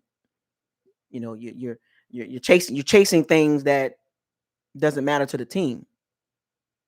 If that makes sense. Like, the Bucs go undefeated. Remember now, some of y'all, the Bucs go undefeated. Oh, no, they're going 16-1. Then now 15-2. So you're gonna keep moving the bar now. No. I need you to keep the same energy. The same energy that you had at the beginning of the season. You need to keep the same energy down right now. I'm talking about everybody. Whatever predictions you made, keep the same energy. Don't back down. You said 17-0. Well, you're looking foolish right now. 16-1, you're looking really foolish. 15-2, you're looking retarded. You know what I'm saying? Like you're being delusional because you are thinking you're being too much of a fanboy.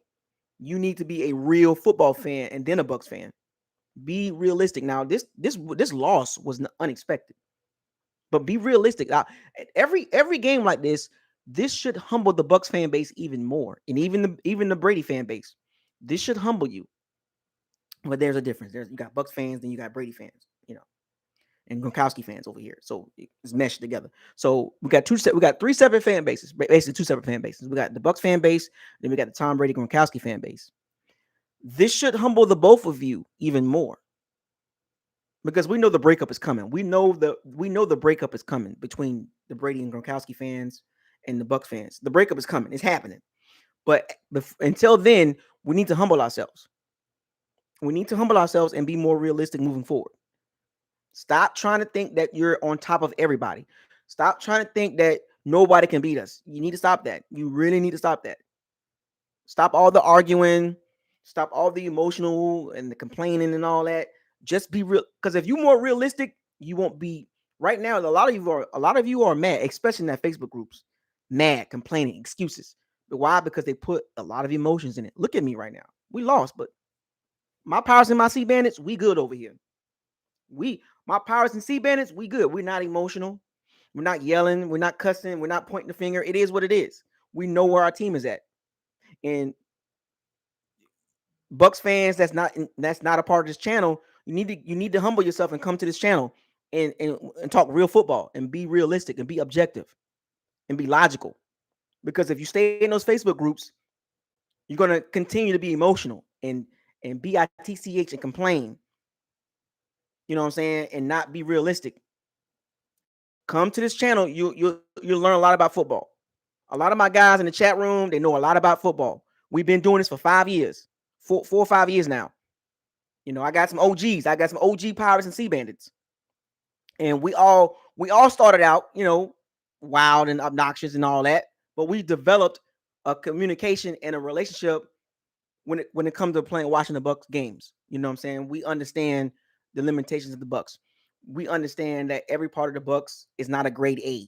We're realistic over here. I'm telling you, this channel needs to be 10,000 subs right now. Like real Bucs fans. Stop arguing with the Brady fans. Stop arguing with the Gronkowski fans. Stop that. Be a real Bucs fan and come to this channel and learn about football. Understand, humble yourself. Because over here, we're logical. This was a bad loss. Back-to-back losses, unexpectedly, be honest with you, right? Now, even though I picked the Bucs to lose the Saints game, but back-to-back losses were unexpected like this, especially against the Washington football team. With Taylor Heineke, come on, man. Luckily, this wasn't the playoff game because this would have been ugly. You know what I'm saying? But the more logical and the more realistic you are, the less emotional you will be. So let's kind of run down some of the things that we saw in today's game before we close this out. So give me your thoughts on. We're gonna talk about 2 things. We'll talk some more maybe tomorrow or Tuesday. Kind of let everybody calm down. But what stood out to you in this game? Like, because I'm gonna give you what I thought stood out, like a little post game recap. But give me some thoughts on what you believe that stood out and that was kind of like, man, That ain't gonna cut it moving forward, right? For me, it was the pass rush. You know, um, for me, the thing that stood out to me was the pass rush. That was really bad, and I gotta say this: between the pass rush and the secondary, the pass rush was the worst unit today. I gotta be honest with you. The pass rush was the worst unit today. The secondary, they did what they can. We already know what the secondary is. We know the secondary is limited. They had a couple drop picks. You know, they had a couple drop picks. They should have, they should have. And you make those picks, they don't score that touchdown. They don't, well, kick a field goal, right? But that pass rush is really bad. It's really bad. Remember, top 10 defense. I warned y'all this, and I gave y'all, I foreshadowed this weeks ago. How can you be a top 10 defense with a bad secondary and your pass rush is really not that good? It's just hard to believe that. It's hard for me as a football fan to believe that this Bucs defense is a top 10 defense based on what my eyes tell me. I don't go off of the Dolphins game, the Bears game, and the Eagles game. I don't go off those games because those games are gimme games. Look at the quarterbacks. I go off the games that matter. Now, the Washington football team game, that was a weird game. But I'll go off of the Cowboys, the Rams, the Saints, the Patriots can't have a rookie quarterback. But I go off the games that really, really matter. I'm not saying that the Washington football team game don't matter, but the games that matter to me told me the Bucs are not a top 10 defense. My eye test tell me that. The stats might tell you total defense, the Bucs are top 10, yards per allowed yards allowed per game and all that. That don't fool me. The PFF crap, it don't fool me. Because if you look at this team as a whole and consider everything in the pot of gumbo, Cajun reference, right? I'm in 504. So, okay, you look at the offense, injuries. Look at the defense, injuries. Look at the coaching staff. Okay, what's going on there? Then you look at the schedule, and we're 6-3. That's not bad, folks. That's not bad. Like, for real, we could be in a worse situation than 6-3. We can be 3-6. But this particular game, the pass rush was the worst unit. Taylor Heinicke had all day. Now, granted, he scrambled around a little bit, but he had too much time. He looked like the best quarterback on the field today. Now, hear me out. Of course, he's not better than Tom Brady, but he outplayed Tom Brady. Like, he outplayed him. And for those of you that like the QBR, for those of you that like the passer rating, he outplayed him. He outplayed Tom Brady. Like, he made the good throws. He didn't turn the ball over. He scrambled. Like, he just outplayed him. You know, at sometimes the 44-year-old Tom Brady showed up. And this is the gift and the curse with Tom Brady. You know, still top level quarterback, but sometimes that 44-year-old body or that 44-year-old thought process is starting to show. He's not hitting the cliff, folks. I'm just telling y'all with this game. There was moments in this game, it was like, yikes, like what's that? You know what I'm saying? And then the second half, he played a lot better. So imagine if he played like that in the first half. First and second half, he played exact same way. This game would have been a blowout. But it's taking some time in some of these games for Brady to kind of get in the rhythm. That's age. You know, that's age. You know what I'm saying? Like, it's showing. Because we've seen Brady work magic with no-name receivers. So we can't use the angle of, well, he needs all his guys back. No. He was doing that in New England. He was doing that. You know, Troy Brown and Kevin Falk and James White and Chris Hogan and Danny Amendola and Julian Edelman, Wes Welker. He was doing that with some tight end. Like, he was doing this already with no-name receivers. So you can't give me that ankle. So sometimes throughout the season, it's like, yeah, that was the 44-year-old Brady right there. Even at 44, still a top 5 quarterback. But I'm just saying, certain moments of the game, it was like, yeah, like that's the old Brady. It is what it is. You know, the kinks in the armor are there. He has kinks in his armor. You know, this is not 36-year-old Brady. Remember, he's established already. He's an all-time great, one of the all-time great quarterbacks. His career will end as a Patriot. Regardless of what happens with the Tampa Bay Bucs, he will be a Patriot. So he's already at Mount Rushmore. These years with the Bucs are just gimme years. These are just, let me see if I can win something else. Let me prove a point. Because he don't have to be here. He don't have to be here. Brady don't have to be with the Bucs, right? He chose it to prove a point. He has nothing else to prove. He has all the records. He has all these Super Bowls. All this stuff. He just has nothing else to prove. So you really can't get mad at Brady because he's doing us a favor, right? He could have chose the Saints. He could have chose the 49ers. So you really can't get mad at Brady because he's doing the best he can at this stage of his career, which is still top level. Yeah, he threw 2 interceptions. Okay, Darden pick was what the heck was that? You know what I'm saying? And then the pick that he threw throwing the ball to Mike Evans, that was a bad read. He literally stirred at that throw. So, and in the first half, he didn't play well. But second half, you've seen it. He still got it. It's just that now, there's going to be moments in time in these games like today that it's going to be like, because remember when Brady's not having a good day, his body language is just drastically changed, and today it showed. Energy is real, folks. Energy on the sideline is real. Look at the Bucs' energy. Who wanted the game more?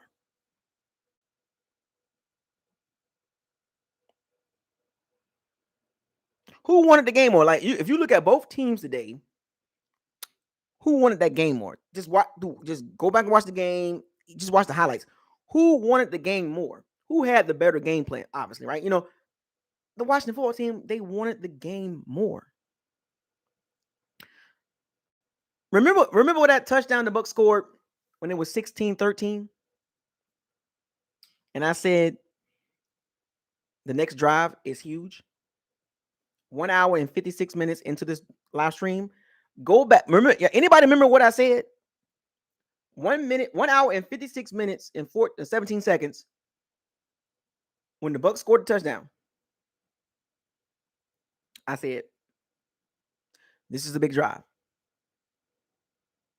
If the Bucs defense come out and get a 3 and out or stop the Washington football team, we're going to win the game.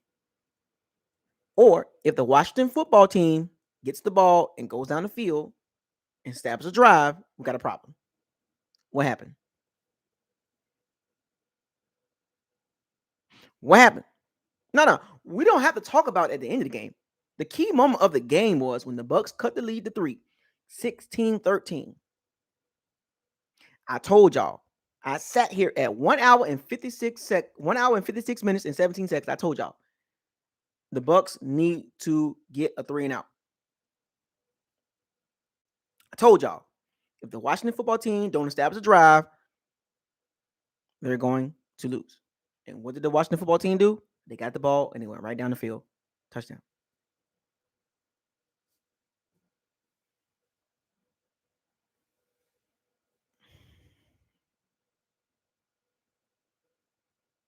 Yep. Just saying, like, it's just a frustrating thing to talk about, and but there was all some good now, it wasn't all bad, folks. Let's not act like it was all a bad game. Godwin had a great game. Devin White had his best game of the season. Granted, there was still some plays I was like, arm tackling, missed it back, could have batted the ball down on 3rd down. So Devin White had what, 16, 17 tackles, 2 sacks. So he was all over the place. He was doing what he had to do, which was great. A great confidence booster for Devin White moving forward. I want to see that more, but I want to see that more under control. Still a little wild boar. BOAR. He's still a wild boar. Darden had a couple good moments. That nice catch on the sideline was about 40 yards. He had a nice return. Hopefully he's not injured bad. Fournette had a really good game as far as overall. He had a drop ball, whatever. But overall, he caught a lot of balls. I think Fournette had Fournette had to have like 10 catches. How many catches Fournette had? Between Godwin and Fournette, they had to have like 15, 16 catches, right? Can anybody look that up right quick? Because I'm not, I can't look at my phone right now, but can anybody look that up? Real quick.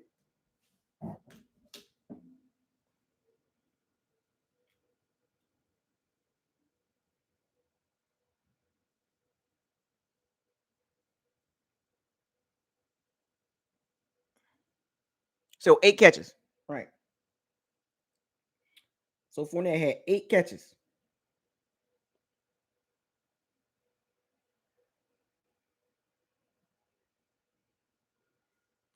Eight catches. Mike Evans had two. 2 catches. What? 4 targets? It's the second game in a row. Mike Evans with 2 catches. What's going on right there? Mike Evans still a top level receiver, and he's only getting 2 catches. Now, granted, one of them was a touchdown, but his impact in the game is not even there. Like Brady's not even like, you get what I'm saying? Like what, Brady just chucking the ball down to Mike Evans on a deep ball only. What's wrong with Mike Evans' route running abilities? Is Mike Evans can't run a route tree that Brady likes? What's going on?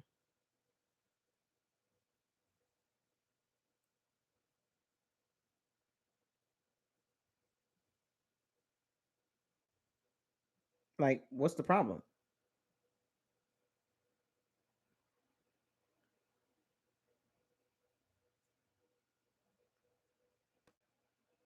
I'm just a little concerned.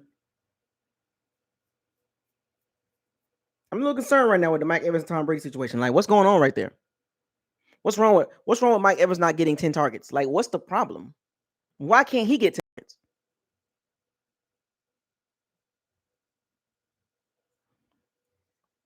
I mean, come on, man. 3, 4 targets? Really? 2 catches? Like, we gotta find a way to get like Leftwich and Brady. Like, I don't know what's going on with the Mike Evans situation. He is like non-existent for most part of the game. It was like that in the Saints game. Non-existent. Yeah, he called a touchdown pass, but what effect did he have on the game? Why is Mike Evans not having a bigger effect on the game? The last 2 games, 4 catches. Why is he not getting more targets? Can anybody answer that? So these are the things I'm picking out about. These are things that a lot of people are overlooking about the game. I mean, come on. You gotta be kidding me. We know Mike Evans still good, but he needs more targets, man. Come on, fam.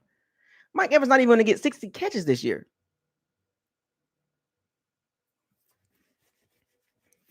But this goes back to what I was telling y'all.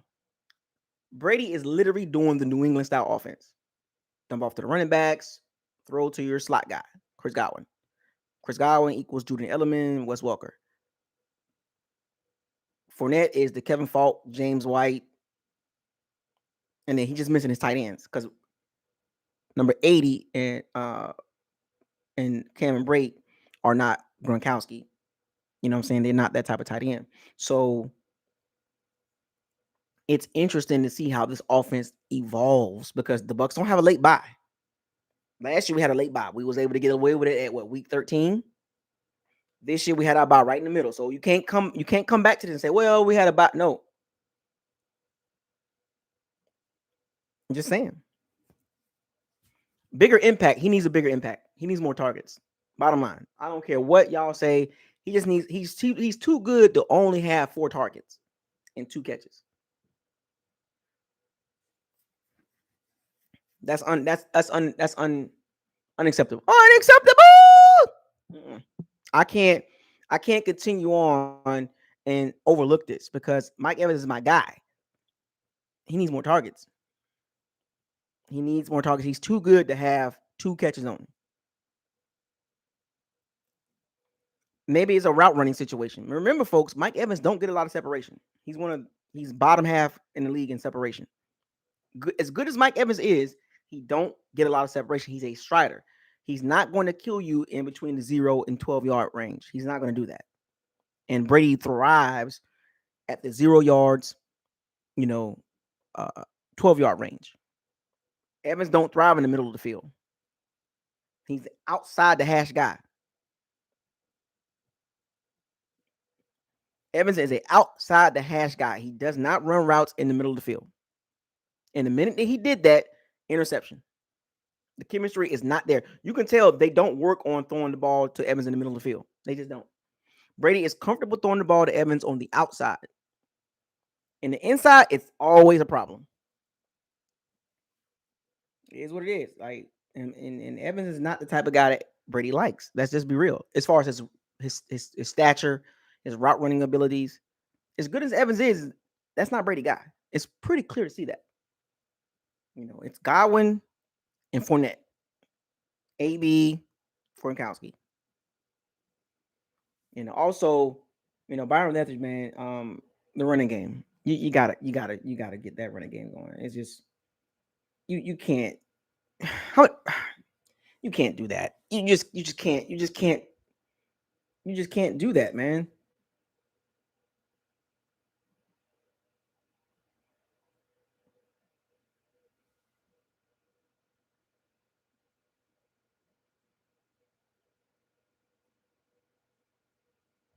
Oh, the Panthers are winning 14-0.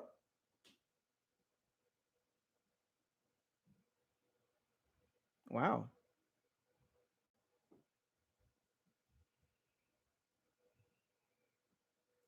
But that's my point.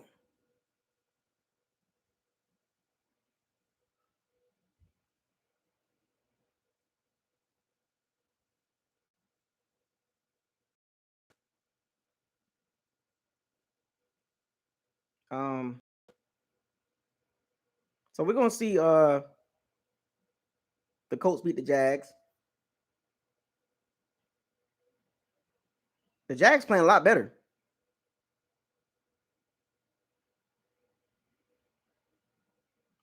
The Patriots destroyed the Browns. The Patriots are really good right now. The Patriots are a dangerous team. Oh wow. Lions and Steelers, man. What's going on?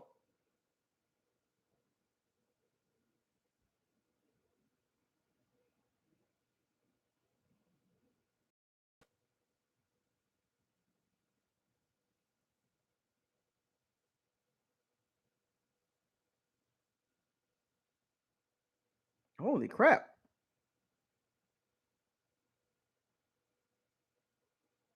This is crazy today. I'm looking at this, I'm catching updates.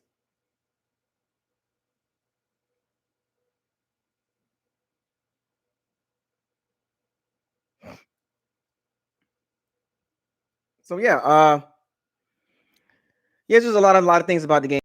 And Suck up Mr. Extra Point. That was pretty bad. You know what I'm saying? So like it looked like the old Bucks. Today looked like the old Bucks. Today looked like the old Bucks. Today it just was bad. Um, and the Bucks will get it together. They will. I wouldn't even trip.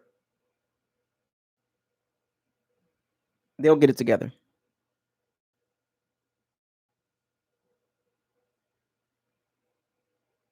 So I know, folks. Hold your head up. We still winning the division. We are a fourth seed right now. I don't think we need to sit at that position. A 4-5 matchup is not good for the Bucks. That's just my personal opinion, because the fifth seed will probably be the Rams or the Cardinals, and those are really bad matchups for the Bucks. A healthy Cardinals team and a healthy Ram team without Robert Woods, it's a really bad matchup for the Bucks. It's just a bad matchup. It is, especially the Rams. I don't want the Bucks to play the Rams until the NFC Championship game. I just don't. I just don't want the Bucks to face the Rams. I just don't. This is a bad matchup. Sean McVay is a better coach than Bruce Arians. It is what it is. Um, Cardinals will be a good matchup for the Bucks, but that's just a dangerous matchup. Cowboys is a dangerous matchup for the Bucks. So they got some teams they got to stay away from. I want the Bucks to play the Packers. We can beat the Packers, but I'm questions on the Cowboys and the Cardinals and the Rams. Questions, and shoot, we can even avoid the Saints in the first round. The Saints play us really good. So, but anyway, hold your head up, folks. It's okay. We're still number one in the division, 6-4. The Saints lost. They 5-4. The Falcons lost. You know what I'm saying? Um, the Falcons lost. The Falcons are what, 4-6. Panthers, they're winning right now, but so we're 6-3. Saints 5-4. Falcons 4-6. The Panthers. We'll see how that game turns out. If the Panthers win, the Panthers will be 5-5. So it's all good, folks. Everybody chill. The mission is make sure we get the division. That's the mission. The commission. What's your commission? But anyway, shouts out to the Pirates and Sea Bandits for joining this live stream. I know, folks, take a deep breath. Stop arguing. Get out your feelings. It's okay. We still got 8 games left.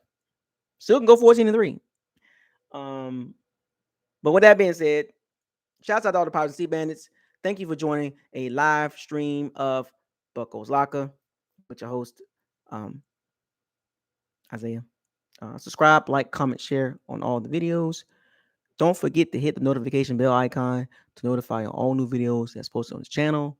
We got some discussions this week that we're going to talk about. So stay tuned for that. We got a lot to talk about.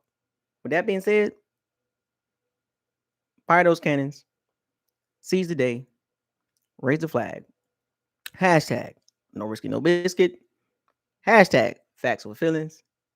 Hashtag bombs away. And hashtag what you doing, Bucs? What you doing? I'm out.